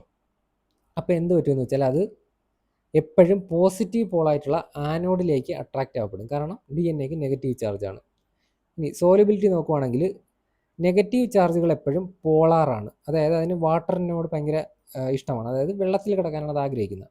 അതുകൊണ്ട് തന്നെ DNA എപ്പോഴും വാട്ടറി എൻവയോൺമെൻറ്റിൽ ഡിസോൾവ് ആയിരിക്കും. ഇനി സ്റ്റെബിലിറ്റി നോക്കുവാണെങ്കിൽ negative charges on the 2 strands എന്ത് ചെയ്യും? അതിന് 2 സ്ട്രാൻഡുകളിലും 2 ഫോസ്ഫേറ്റ്, നമ്മൾ നേരത്തെ നോക്കി, ഇവിടെ ഇതൊരു സ്ട്രാൻഡാണ് DNAയുടെ, ഇതടുത്ത സ്ട്രാൻഡാണ്, ഇതിൻ്റെ ഇടയിൽ ബോണ്ട്. ഈ സ്ട്രാൻഡുകൾ എന്ത് ചെയ്യും? 2 നെഗറ്റീവ് ആയതുകൊണ്ട് റിപ്പൽ ചെയ്ത് ഇതേപോലുള്ള ഡബിൾ ഹെലിക്സ് സ്ട്രക്ചറായിട്ട് ഇതിങ്ങനെ നിലനിൽക്കും. ടാങ്കിൾ ചെയ്ത് പോകത്തില്ല, അതായത് കുരുങ്ങി പോകത്തില്ല.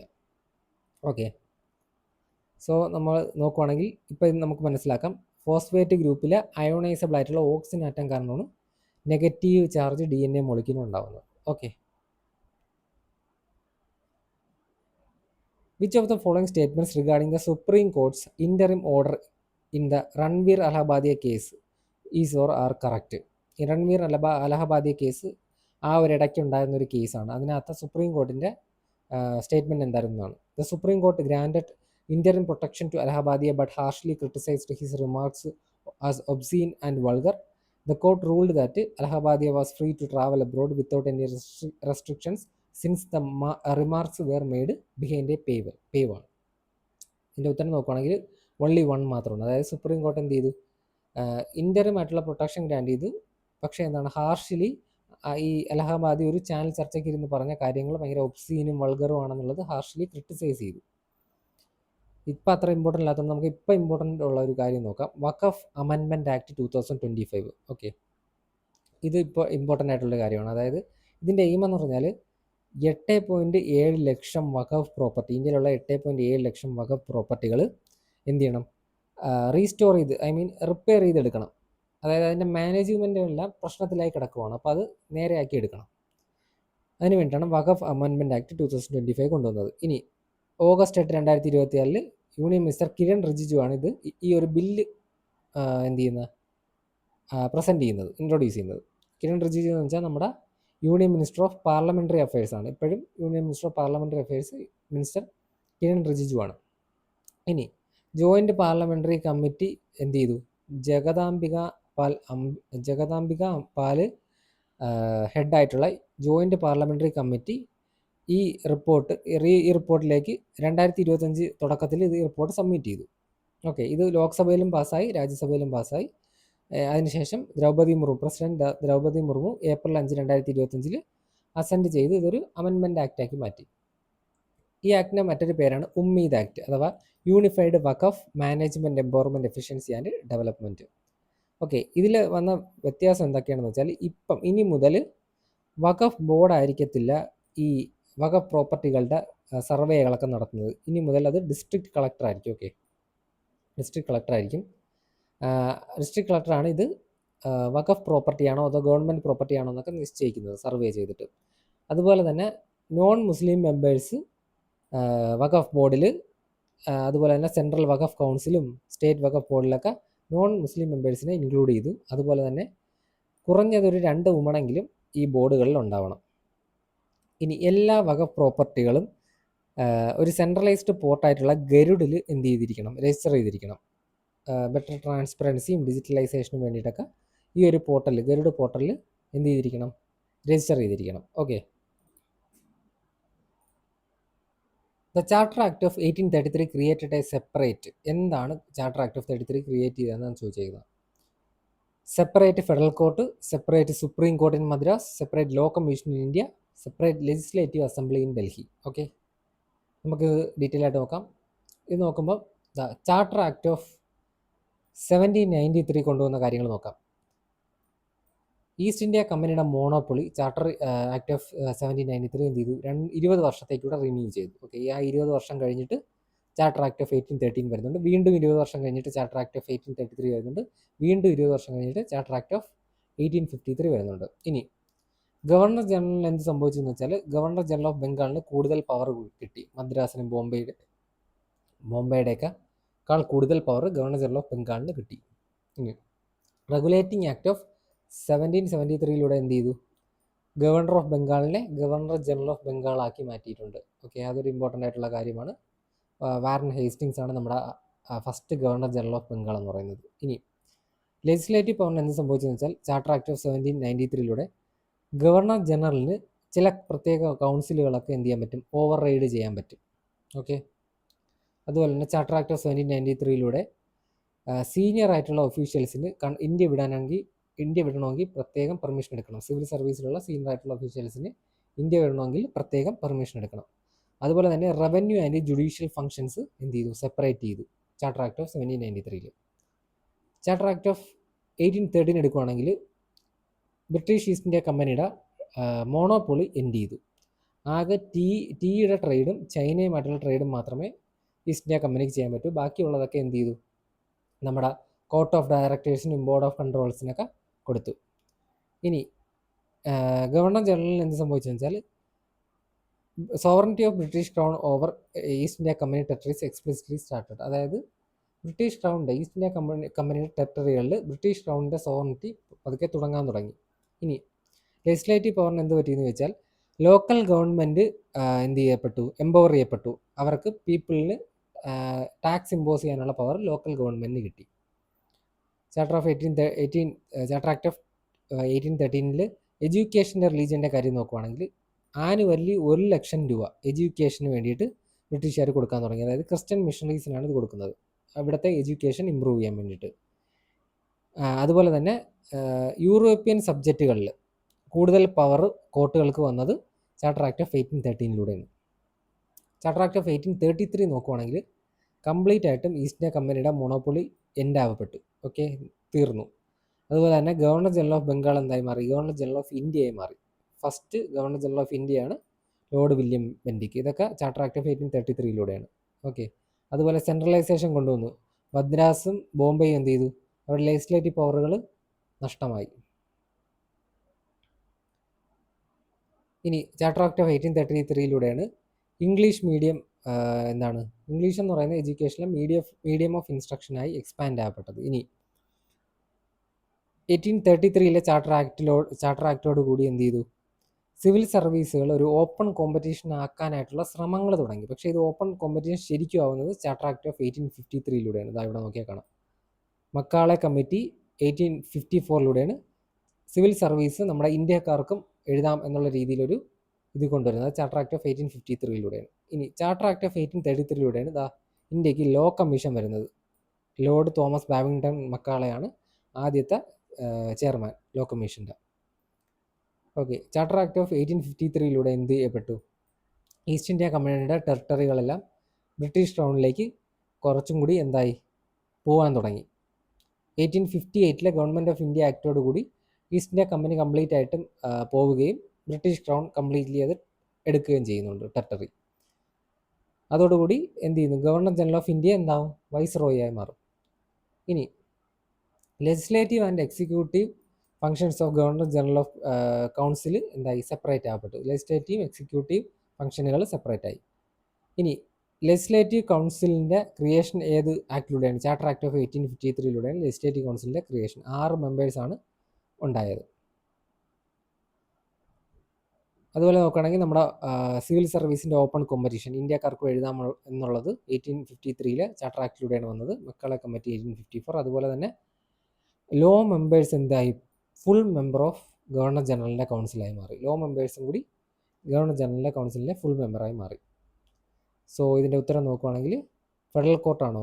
ചാർട്ടർ ആക്ട് ഓഫ് 1833 നോക്കുകയാണെങ്കിൽ ഇതാ ലോ കമ്മീഷൻ ഇന്ത്യയിൽ വന്നത് charter act of 1833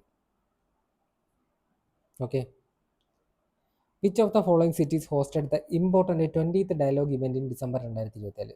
December 2024 20th dialogue event ഏത് സിറ്റിയാണ് എന്ത് ചെയ്തത്? ഹോസ്റ്റ് ചെയ്തത്? Doha Qatar, Manama Bahrain, Riyadh Saudi Arabia, അബുദാബി UAE. മനാമ ബഹ്റിനാണ് ഇതിൻ്റെ ആൻസർ. ഓക്കെ, നമുക്ക് നോക്കാം. 20th international institute of strategic studies Manama ഡയലോഗാണ് നടന്നത്. ബഹ്റിനിലെ മനാമയിൽ വെച്ചിട്ട്.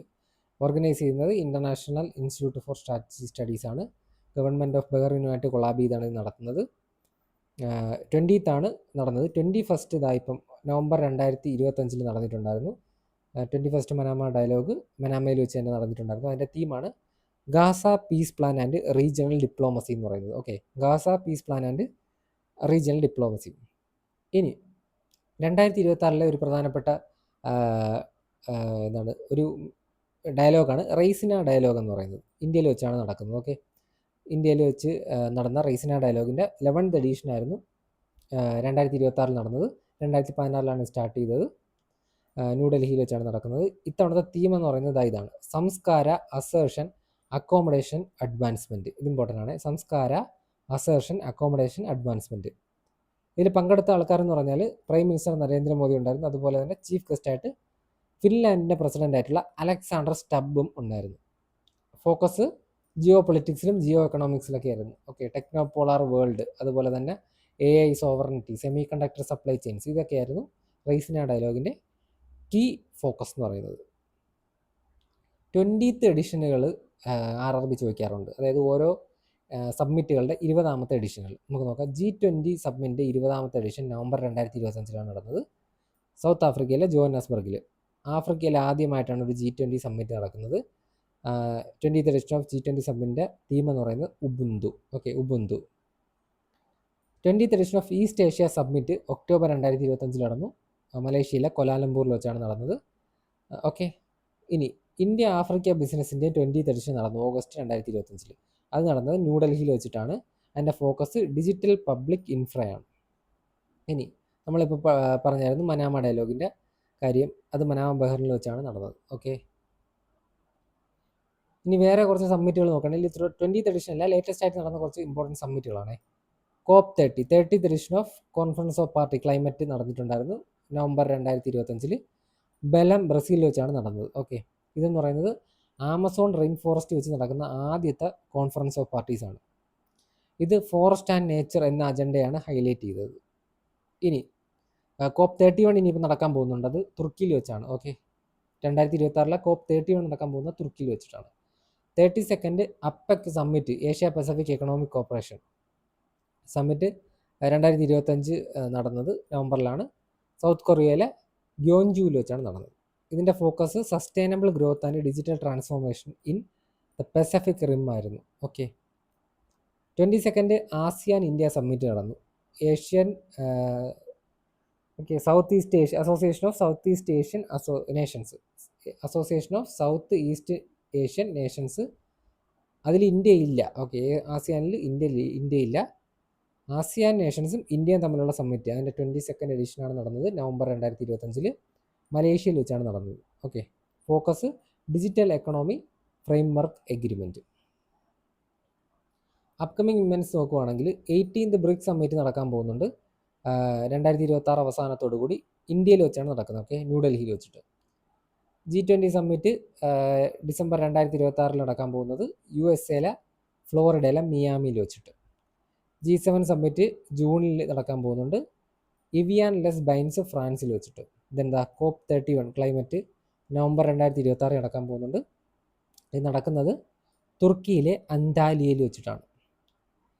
ഷാങ്ഹായ് കോർപ്പറേഷൻ ഓർഗനൈസേഷൻ്റെ സമ്മിറ്റ് 2026 നടക്കാൻ പോകുന്നത് കൈർഗിസ്ഥാൻ്റെ ക്യാപിറ്റലായിട്ടുള്ള ബിഷ്കെക്കിൽ വെച്ചിട്ട്. ആസിയാൻ സമ്മിറ്റ് 2026 നടക്കാൻ പോകുന്നത് മണില ഫിലിപ്പീൻസിൽ വെച്ചിട്ട്. ഓക്കെ,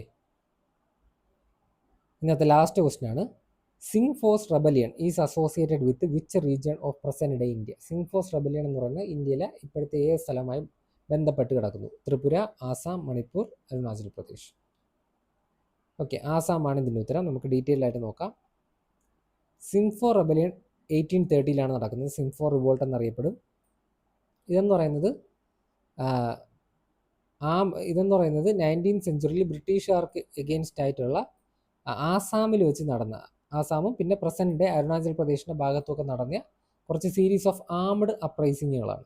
ഓക്കെ, സിംഗ്ഫോ ട്രൈബാണ് ഇതിൽ പാർട്ടിസിപ്പേറ്റ് ചെയ്തത്. ഇതിൻ്റെ കാരണം എന്ന് പറയുന്നത് ഒന്ന് അബോളിഷൻ ഓഫ് സ്ലേവറി. ഇതിൻ്റെ കാരണം എന്ന് വെച്ചാൽ ഈ സിംഗ്ഫോ എക്കണോമി ഹെവിലി നമ്മുടെ സ്ലേവ് ലേബറിൽ ഡിപ്പെൻഡൻ്റ് ആയിരുന്നു. ഈ 1820 ബ്രിട്ടീഷ് പോളിസികളിലൂടെ സ്ലേവ് അബോളിഷൻ നടന്നപ്പം, അതായത് സ്ലേവറി പാടില്ല എന്നുള്ളൊരു ഇത് കൊണ്ടുവന്നപ്പം അത് അവർക്ക് അവരുടെ എക്കണോമിയെ ബാധിച്ചു. അതുപോലെ തന്നെ അവരുടെ സിംഗ്ഫോ ചീഫിനെ അസാൾട്ട് ചെയ്യുന്നതിന് തുല്യമായിട്ടൊക്കെ വന്നു. അതുപോലെ തന്നെ എൻക്രോച്ച്മെൻ്റ് ഓൺ ലാൻഡ്. ഈ 1823 ഇവരുടെ സിംഗ്ഫോ ടെറിട്ടറികളിൽ ബ്രിട്ടീഷുകാർ ടീ ബുഷസ് കണ്ടെത്തിയോടുകൂടി അവരുടെ ആ ലാൻഡുകൾ ബ്രിട്ടീഷുകാർ എന്ത് ചെയ്തു? സീസ് ചെയ്തിട്ട് അവിടെ ടീ പ്ലാന്റേഷൻ തുടങ്ങി. അത് ഇവരുടെ ലോക്കൽ എക്കണോമിയെ ഡിസ്ട്രപ്റ്റ് ചെയ്തു. Then treaty of Yandabo 1826. ഇതെന്ന് പറയുന്ന ആംഗ്ലോ ബർമ വാർ, പണ്ടത്തെ മ്യാൻമാറാണ്, ഇപ്പോഴത്തെ മ്യാൻമാറാണ് പണ്ടത്തെ ബർമ. ട്രീറ്റി ഓഫ് എന്താബോ എന്ന് വെച്ചാൽ 1826 കൂടി ആംഗ്ലോ ബർമ വാർ അവസാനിപ്പിക്കാൻ വേണ്ടി സൈൻ ചെയ്തൊരു ട്രീറ്റിയാണ് ട്രീറ്റി ഓഫ് എന്താബോ. അപ്പോൾ ഇതിൽ എന്ത് സംഭവിച്ചു എന്ന് പറഞ്ഞാൽ ആസാമിലും ബ്രിട്ടീഷുകാർ എന്ത് ചെയ്തു? ആസാം ഏരിയ, ഇവരുടെ ഈ സിംഗ്ഫോ ട്രൈബൊക്കെ ജീവിക്കുന്ന ആസാം ഏരിയയും കൂടെ എന്ത് ചെയ്തു? ഇവരിതിലൂടെ ബ്രിട്ടീഷുകാർ ഏറ്റെടുത്തിട്ട് അവിടെ ഫോറിൻ അഡ്മിനിസ്ട്രേഷനും റവന്യൂവും റെഗുലേഷനൊക്കെ കൊടുക്കാൻ തുടങ്ങി, ഇമ്പോസ് ചെയ്യാൻ തുടങ്ങി. ഇനി ഇതൊക്കെയായിരുന്നു ഇതിൻ്റെ റീസൺസ്. നമ്മൾ സിംഗ്ഫോ റെബലിയൻ്റെ പ്രൈമറി ലീഡേഴ്സ് ആരൊക്കെയാണെന്ന് നോക്കുവാണെങ്കിൽ സുവാ ഗോൻസായി, ചീഫ് നിറാങ് ഫിഡു, ബീസാഗുവ, ഇങ്ങനെ 3 പേരാണ് primary leaders of Singpho rebellion. Okay, പേരുകൾ പഠിച്ചു വയ്ക്കണം. ഇനി പ്രധാനപ്പെട്ട കുറച്ച്, അപ്പോൾ നമ്മുടെ ഉത്തരം ആസാമാണ്. ഓക്കെ, പ്രധാനപ്പെട്ട കുറച്ച് പെസൻറ്റ് ആൻഡ് സിവിൽ റിവോൾട്ട്സും അതുപോലെ തന്നെ ട്രൈബൽ റിവോൾട്ട്സും നമുക്ക് നോക്കാം. 1763 1800 സന്യാസി റെബലിയൻ റീജിയൻ നടന്നത് ബംഗാളിൽ വെച്ചിട്ടാണ്. കീ ലീഡേഴ്സാണ് മജ്നു ഷായും ഭവാനി പതക്കും അതുപോലെ തന്നെ ദേവി ചൗധരണിയുണ്ട്. ഓക്കെ, ദേവി ചൗധരണി. ഇത് നടക്കുന്നതിൻ്റെ കാരണം എന്ന് വെച്ചാൽ 1770 ബംഗാൾ ഫാമിന് ശേഷവും എക്സസീവ് ആയിട്ടുള്ള ടാക്സേഷൻ കൊണ്ടുവന്നതിൽ ആണ് ഇതിൻ്റെ പ്രധാനപ്പെട്ട കോസ് എന്ന് പറയുന്നത്. ഇതിനെപ്പറ്റി ബങ്കിം ചന്ദ്ര ചാറ്റർജിയുടെ ആനന്ദ് മതിൽ എന്ത് പറയുന്നുണ്ട്? സന്യാസി റെബല്യനെ പറ്റി പറയുന്നുണ്ട്. അതിൽ നിന്നാണ് നമ്മുടെ വന്ദേ മാതരമൊക്കെ എടുത്തിരിക്കുന്നത്. ഇനി 1799 സിവിൽ റെബല്യൻ ഇൻ അവധ് നോക്കുകയാണെങ്കിൽ ഉത്തർപ്രദേശിലാണ് നടന്നത്. ലീഡർ വസീർ അലി ഖാനാണ്. ഇതിനെയാണ് ബനാറസ് മസാക്കർ എന്ന് അറിയപ്പെടുന്നത്. ഓക്കെ, ഇതെന്തിനാണെന്ന് വെച്ചാൽ സബ്സിഡറി അലയൻസ് അവധിൽ കൊണ്ടുവന്നത് കൊണ്ടാണ്. എന്തുകൊണ്ട് ഈ ഒരു സിവിൽ റെബല്യൻ അവധിന് കാരണമായത് സബ്സിഡറി അലയൻസ് അവിടെ ഇമ്പോസ് ചെയ്യാൻ ശ്രമിച്ചത് കൊണ്ടാണ്. ഇനി 1808 1809 വേലുത്തമ്പി റിവോൾട്ട് നോക്കുവാണെങ്കിൽ കേരളത്തിലെ ട്രാവൻകൂറിലാണ് നടന്നത്. വേലുത്തമ്പി ദളവയാണ് അതിൻ്റെ ലീഡർ. ഇതിൻ്റെ അവസാനത്തെ എഫക്റ്റ് എന്ന് പറഞ്ഞാൽ കുണ്ട്ര വിളംബരം വരുന്നത് ഈ ഒരു റിവോൾട്ടിൻ്റെ അവസാനമായിട്ടാണ്. ഇതിൻ്റെ കാരണം വെച്ചാൽ ബ്രിട്ടീഷുകാർ ട്രാവൻകൂർ കിങ്ഡത്തിൻ്റെ ഇന്റേണൽ അഫയേഴ്സിൽ ഇൻ്റർഫിയർ ചെയ്യാൻ ശ്രമിച്ചതാണ്. ഇനി 1817 പൈക്ക റെബല്യൻ ഒഡീഷയിലാണ് നടക്കുന്നത്. ബക്ഷി ജഗബന്ധു ആണ് ഇതിൻ്റെ കീ ലീഡർ. ഇതെന്തിനാന്ന് വെച്ചാൽ കുർദയിലെ കിങ് ആയിട്ടുള്ള രാജാ മുകുന്ദദേവ സെക്കൻഡിന് അദ്ദേഹത്തിൻ്റെ ത്രോൺ നഷ്ടപ്പെട്ടപ്പോൾ അത് തിരിച്ച് പിടിച്ചു കൊടുക്കാൻ വേണ്ടിയിട്ട് നടന്നൊരു റെബല്യനാണ് പൈക്ക റെബല്യൻ. ഇനി 1830 വഹാബി മൂവ്മെൻറ്റ് നോക്കുകയാണെങ്കിൽ നോർത്ത് ഈസ്റ്റ് ഇന്ത്യ നടന്നതാണ്. സയ്യേദ് അഹമ്മദ് ബറേലിയാണ് ഇത് ലീഡ് ചെയ്തത്. ഇതൊരു ഇസ്ലാമിക് റിവൈവലിസ്റ്റ് മൂവ്മെൻ്റ് ആയിരുന്നു. പിന്നീട് ഇത് ആൻറ്റി ബ്രിട്ടീഷായി മാറി. ഇനി 1840 കുക്ക മൂവ്മെൻറ്റ് നോക്കാം. പഞ്ചാബിലാണ് നടന്നത്. ലീഡർ എന്ന് പറയുന്നത് ഭഗവത് ജവഹർ മല്ലാണ്. 1840 ഭഗവത് ജവഹർ മല്ലാണ്. പിന്നെ 1857 എന്ത് ചെയ്യപ്പെടുന്നുണ്ട്? ഭായ് ബല്ലക് സിംഗും അതുപോലെ തന്നെ ബാബ റാം സിംഗും ഇത് വീണ്ടും ഏറ്റെടുത്ത് ചെയ്യുന്നുണ്ട്.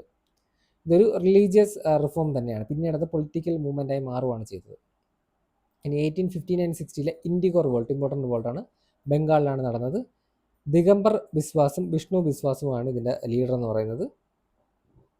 ഇതിനെപ്പറ്റി, ഈ ഒരു ഇൻഡിഗോ റിവോൾട്ടിനെ പറ്റി നീൽ ദർപ്പണിൽ ആരെഴുതിയിട്ടുണ്ട്? നമ്മുടെ ബക്ഷി ജഗബന്ധു മിത്ര നീൽ ദർപ്പണിൽ എഴുതിയിട്ടുണ്ട്. ഇതിൻ്റെ കാരണം, ഇൻഡിഗോ റിവോൾട്ട് വരാനുള്ള കാരണം എന്ന് വെച്ചാൽ ഈ ബ്രിട്ടീഷുകാർ ഫുഡ് ക്രോപ്സ് വിളയിക്കുന്നതിന് പകരം ഇൻഡിഗോ ഒരുപാട് കൃഷി ചെയ്യാൻ ഫാർമേഴ്സിനെ ഫോഴ്സ് ചെയ്തു. അങ്ങനെയാണ് ബംഗാളിലെ ഫാർമേഴ്സ് എന്ത് ചെയ്തത്? ഇൻഡിഗോ റിവോൾട്ട് സ്റ്റാർട്ട് ചെയ്തത്. ഇനി 1875 ഡെക്കാൻ റയോട്ട്. ഡെക്കാൻ എന്ന് പറഞ്ഞാൽ തന്നെ അറിയാം, മഹാരാഷ്ട്ര റീജിയനാണ്. അവിടുത്തെ മറാത്ത പെസൻസ് ആണ് ഇത് ലീഡ് ചെയ്തത്. അതെന്തിനെന്ന് വെച്ചാൽ മണി ലെൻഡേഴ്സിന് എഗെയിൻസ്റ്റ് ആയിട്ടായിരുന്നു. ഇത് കാരണം ഡെക്കാൻ അഗ്രികൾച്ചറിസ്റ്റ് റിലീഫ് ആക്ട് എന്ന് പറഞ്ഞൊരു ആക്റ്റൊക്കെ പിന്നീട് വന്നിട്ടുണ്ട്. ഓക്കെ, അടുത്ത 1921 മാപ്ല റെബല്യനാണ്. ഓക്കെ, മാപ്ല കലാപം നമ്മൾ പറയും. കേരളത്തിൽ വെച്ചാണ് നടന്നത്. ലീഡർ വാര്യം കുന്നത്ത് ഹാജിയാണ്. ഇതെന്തിനാണെന്ന് വെച്ചാൽ നോൺ കോർപ്പറേഷൻ മൂവ്മെൻറ്റിൻ്റെ സമയത്ത്, ആ ഒരു സമയത്താണ് നടന്നത്. ഇത് അഗ്രേറിയൻ ഡിസ്ട്രസ് കാരണമാണ്. അതായത് അഗ്രികൾച്ചറിസ്റ്റിന് ഉണ്ടായ ബുദ്ധിമുട്ടുകൾ, ഫാർമേഴ്സിനൊക്കെ ഉണ്ടായിട്ടുള്ള ബുദ്ധിമുട്ടുകൾക്ക് വേണ്ടിയിട്ടാണ് ഈ ഒരു കലാപം നടക്കുന്നത്. നോൺ കോർപ്പറേഷൻ മൂവ്മെൻറ്റ് ആ ഒരു ടൈമിലാണ് ഇത് നടക്കുന്നത്. അതായത് നോൺ കോർപ്പറേഷൻ മൂവ്മെൻറ്റ് അറിയില്ല, 1920 മുതൽ 1922 വരെയാണ് നോൺ കോർപ്പറേഷൻ മൂവ്മെൻറ്റ് മഹാത്മാഗാന്ധി നടത്തുന്നത്. അത് 1922 സ്റ്റോപ്പ് ചെയ്യാനുള്ള കാരണം എന്താണ്? നമ്മുടെ ചൗരി ചൗര ഇൻസിഡൻ്റ് ആണ്. ഒരു പോലീസ് സ്റ്റേഷൻ തീ വെച്ചതിന് ഭാഗമായിട്ടാണ് അത് സ്റ്റോപ്പ് ചെയ്യുന്നത്. ഓക്കെ, ഇതിലൂടെ ആദ്യമായിട്ട് നമ്മുടെ ഇന്ത്യയിൽ സെൽഫ് റൂള് അല്ലെങ്കിൽ സ്വരാജിന് വേണ്ടിയിട്ട് ആദ്യമായിട്ട് നടന്ന ഒരു മൂവ്മെൻ്റാണ് ഈ നോൺ കോർപ്പറേഷൻ മൂവ്മെൻ്റ് എന്ന് പറയുന്നത്. ഇതിലൂടെ നമ്മുടെ ബ്രിട്ടീഷുകാരുടെ ഒരുപാട് കാര്യങ്ങൾ നമ്മൾ ബോയ്ക്കോട്ട് ചെയ്തു. സ്കൂളും കോർട്ടും അതുപോലെ അവർ തന്ന പദവികളും ഒക്കെ ബോയ്ക്കോട്ട് ചെയ്തു. ഇനി 1928 ബർദോളി സത്യാഗ്രഹം ഗുജറാത്തിലാണ് നടന്നത്. സർദാർ വല്ലഭായ് പട്ടേലാണ് ലീഡ് ചെയ്തത്. ഈ ഒരു സർദാർ എന്ന് പറഞ്ഞ ടൈറ്റിൽ വല്ലഭായ് പട്ടേലിന് കിട്ടുന്ന ഈ ഒരു ബർദോളി സത്യാഗ്രഹത്തിലൂടെയാണ്. നമുക്കിങ്ങനെ ആലോചിക്കാം, 28 പോലെയല്ലേ ബി കിടക്കുന്നത്. സോ അങ്ങനെ ആലോചിച്ചാൽ മതിയോ? 1928 ബർദോളി സത്യാഗ്രഹം. ഇതിൻ്റെ റീസൺ എന്ന് പറഞ്ഞാൽ ലാൻഡ് റവന്യൂ 30% കൂടി കൂട്ടി. Okay, 30% increase in the land revenue impose ചെയ്തു. അതാണ് ഇതിൻ്റെ പ്രധാനപ്പെട്ട കാരണം. മേജർ ട്രൈബൽ റിവോൾട്ടുകൾ നോക്കുകയാണെങ്കിൽ 1837 നടന്ന Ho and Munda uprising, Chota Nagpur plateau ആ ഒരു റീജിയനിലാണ് നടന്നത്. രാജ ഒപ്പരഹത്താണ് ലീഡർ. കാരണം എന്താണെന്ന് വെച്ചാൽ ന്യൂ റവന്യൂ പോളിസികൾ കൊണ്ടുവന്നതിന് എഗൻസ്റ്റ് ആയിട്ടാണ് ഹോ ആൻഡ് മുണ്ട അപ്രൈസിംഗ് വന്നത്. ഇനി 1828-33 അഹോം റിവോൾട്ട് ആസാമിലാണ് നടന്നത്. ഗോംതാർ കൊൻവാറാണ് ലീഡ് ചെയ്തത്. ഇതും ബ്രിട്ടീഷേഴ്സിന് എഗെയിൻസ്റ്റ് ആണ്. എന്താണ്? നമ്മൾ നേരത്തെ പറഞ്ഞു ട്രെറ്റി ഓഫ് എന്താബോ സൈൻ ചെയ്തത് സിംഫോ റെബലിയനിൽ 1826. അപ്പം ഈ ട്രെറ്റി ഓഫ് എന്താബോ സൈൻ ചെയ്തതിന് ശേഷം ആ ഒരു റീജിയൻ ബ്രിട്ടീഷുകാർ ഏറ്റെടുത്തല്ലോ. അപ്പം അവർ എന്താണ് ഈ അഹോം ട്രൈബുകൾ താമസിച്ചിരുന്ന ആ ഒരു ഏരിയയിൽ നിന്നും പോവാൻ വിസമ്മതിച്ചു. അവരുടെ ആ റീജിയണും എന്ത് ചെയ്തു, ബ്രിട്ടീഷുകാർ കീഴ്പ്പെടുത്തി വെച്ചിരുന്നു. അപ്പോൾ അതിനെതിരായിട്ടാണ് അഹോം റിവോൾട്ട് നടന്നത്, ഗോംദാർ കൊൻവാർ ലീഡ് ചെയ്തത്. ഇനി 1831-32 കോൾ റെബലിയൻ. ഇത് നടക്കുന്നത് ഛോട്ടാ നാഗ്പൂർ റീജിയനിലാണ്. ഛോട്ടാ നാഗ്പൂർ റീജിയനിൽ ഇത് അഹോ ആൻഡ് മുണ്ട അപ്രൈസിങ് നടന്നു, കോൾ റെബലിയൻ നടന്നു. ബുത്തോ ഭഗത്താണ് കോൾ റെബലിയനിൽ ലീഡ് ചെയ്തത്. ഇതിൻ്റെ റീസൺ എന്ന് പറഞ്ഞാൽ ഈ അവരുടെ ലാൻഡ് ഔട്ട്സൈഡേഴ്സിനെ അവർ ദിഗൂസ് എന്നാണ് വിളിക്കുന്നത്. അവർക്ക് എന്ത് ചെയ്ത് കൊടുത്തു, അവരൊക്കെ ട്രാൻസ്ഫർ ചെയ്തു. അപ്പോൾ അതിന് എഗെയിൻസ്റ്റ് ആയിട്ടാണ് കോൾ റെബലിയൻ നടന്നത്. ഇനി 1855-56 സന്താൾ റെബലിയൻ. ഇത് നടന്നത് ബീഹാർ ബംഗാൾ റീജിയനിലാണ്. സിദ്ധു മുർമുവും കൻഹു മുർമുവാണ് സന്താൾ റെബലിയൻ ലീഡ് ചെയ്തത്. ഇതിൻ്റെ പ്രധാനപ്പെട്ട ഉദ്ദേശം സന്താൾ സ്റ്റേറ്റ്, അതായത് സന്താൾ സ്റ്റേറ്റ് എന്ന് പറഞ്ഞൊരു അവർക്കായിട്ടുള്ളൊരു ഫ്രീ സ്റ്റേറ്റ് നിർമ്മിക്കാൻ വേണ്ടിയിട്ടായിരുന്നു. ഇനി 1899-1900 മുണ്ട റെബലിയൻ അല്ല ഉൽഗുലാൻ റെബലിയൻ എന്നും പറയപ്പെടുന്നു. ഓക്കെ, മുണ്ട റെബലിയൻ റാഞ്ചി, ജാർഖണ്ഡിലെ തലസ്ഥാനമായിട്ട് റാഞ്ചിയിലാണ് നടക്കുന്നത്. ബിർസ മുണ്ടയാണ് ലീഡ് ചെയ്തത്. ഇത് ഗ്രേറ്റ് ടുമൾട്ട് എന്നാണ് ഇത് പിന്നീട് അറിയപ്പെട്ടത്. ഓക്കെ, അതുപോലെ തന്നെ ഇത് എന്തിനാന്ന് വെച്ചാൽ അവരുടെ കുൻഖട്ടിയ സിസ്റ്റം ഉണ്ടായിരുന്നു. കുൻഖട്ടിയ സിസ്റ്റം എന്ന് പറഞ്ഞാൽ അവരുടെ ആൾക്കാർ ആയിരിക്കും ലൈക്ക് ലാൻഡ് ഓൺ ചെയ്തിട്ട് ജോയിൻ്റ് ആയിട്ടാണ് അവരത് കൃഷികളൊക്കെ ചെയ്യുന്നത്. അപ്പോൾ അത് അതെടുത്ത് കളഞ്ഞ് ബ്രിട്ടീഷുകാർ ദിഗൂസിനെ കൊണ്ടുവന്നു, അതായത് ഔട്ട്സൈഡ് ആയിട്ടുള്ള ലാൻഡ് ലോഡ്സിനെ കൊണ്ടുവന്നു. അപ്പോൾ അതിനെതിരായിട്ടാണ് എന്ത് ചെയ്തത്, ബിർസ മുണ്ട റെബലിയൻ നടത്തിയത്. ഓക്കെ, ബിർസ മുണ്ട ജനിച്ചത് 15 നവംബറിലാണ്. ഈ ദിവസമാണ് നമ്മൾ എന്തായിട്ട് ആചരിക്കുന്നത്, ജൻജാതീയ ഗൗരവ ദിവസമായിട്ട് ആചരിക്കുന്നത്. ഓക്കെ, ഈ ഇപ്പോൾ 2025 15 നവംബറിൽ നമ്മൾ ബിർസ മുണ്ടയുടെ 150ാമത്തെ ബർത്ത് ആനിവേഴ്സറി ഒക്കെ ആഘോഷിച്ചിട്ടുണ്ടായി. ഇനി 1914 താനാ ഭഗത് മൂവ്മെൻറ്റ് നോക്കുകയാണെങ്കിൽ അത് ബീഹാർ ബംഗാൾ റീജിയനിലാണ് നടന്നത്. ലീഡർ ജത്ര ഭഗത്താണ്. ഇതെന്ന് പറയുന്ന ഒരു നോൺ വയലൻസ് ആയിട്ടുള്ള മൂവ്മെൻറ്റാണ്, അതായത് ഗാന്ധിയൻ പ്രിൻസിപ്പിളൊക്കെ യൂസ് ചെയ്തുകൊണ്ടുള്ളൊരു മൂവ്മെൻറ്റാണ് താനാ ഭഗത് മൂവ്മെൻറ്റ്. ഓക്കെ, ഇതിൻ്റെ റീസൺ എന്ന് വെച്ചാൽ ഈ ആൽക്കഹോള് പോലുള്ള കാര്യങ്ങളൊക്കെ എന്ത് ചെയ്യാൻ ഒഴിവാക്കുക, അതുപോലെ ആനിമൽ സാക്രിഫൈസ് ആൽക്കഹോളൊക്കെ ഒഴിവാക്കാൻ വേണ്ടിയിട്ടുള്ള ഒരു റിഫോമിസ്റ്റ് മൂവ്മെൻ്റ് ആയിരുന്നു. ഓക്കെ, അത് പിന്നീട് ബ്രിട്ടീഷുകാർക്കെതിരായിട്ടും നടന്നു, പൊളിറ്റിക്കലായിട്ട് മാറുകയും ചെയ്തു. ഇനി 1922-24 റംബ റെബലിയൻ നടക്കുന്നത് ആന്ധ്രാപ്രദേശിൽ വെച്ചിട്ടാണ്. ഇത് ലീഡ് ചെയ്തത് അല്ലൂരി സീതാരാമ രാജുവാണ്. ഇതെന്ന് പറയുന്നത് മദ്രാസ് ഫോറസ്റ്റ് ആക്ട് 1882 ഇതിന് അഗെയിൻസ്റ്റ് ആയിട്ടുള്ള ഒരു പ്രൊട്ടസ്റ്റ് ആയിരുന്നു. അതെന്താണെന്ന് വെച്ചാൽ ഈ ഒരു ആക്ട് വന്നതോടുകൂടി ട്രൈബൽ പീപ്പിൾസിനെ അവരുടെ ട്രഡീഷണൽ ആയിട്ടുള്ള ഷിഫ്റ്റിംഗ് കൾട്ടിവേഷൻ ചെയ്യാൻ അനുവദിക്കാതെയായി. അതായത് നമ്മൾ നേരത്തെ പഠിച്ചിട്ടുണ്ട് ആന്ധ്രാപ്രദേശിലെ ഷിഫ്റ്റിംഗ് കൾട്ടിവേഷൻ നമ്മൾ പൊടു അല്ലെങ്കിൽ പെണ്ട എന്നൊക്കെയാണ് പറയുന്നത്. അപ്പോൾ ആ ഒരു തെലുങ്കാനയിലൊക്കെ അപ്പോൾ ഈ പൊടു എന്ത് ചെയ്തു, അവർ സ്റ്റോപ്പ് ചെയ്തു മദ്രാസ് ഫോറസ്റ്റ് ആക്ട് ഓഫ് 1882 അപ്പോൾ ഇതിനെതിരായിട്ടാണ് റംബ റെബലിയൻ വന്നത്. ഓക്കെ,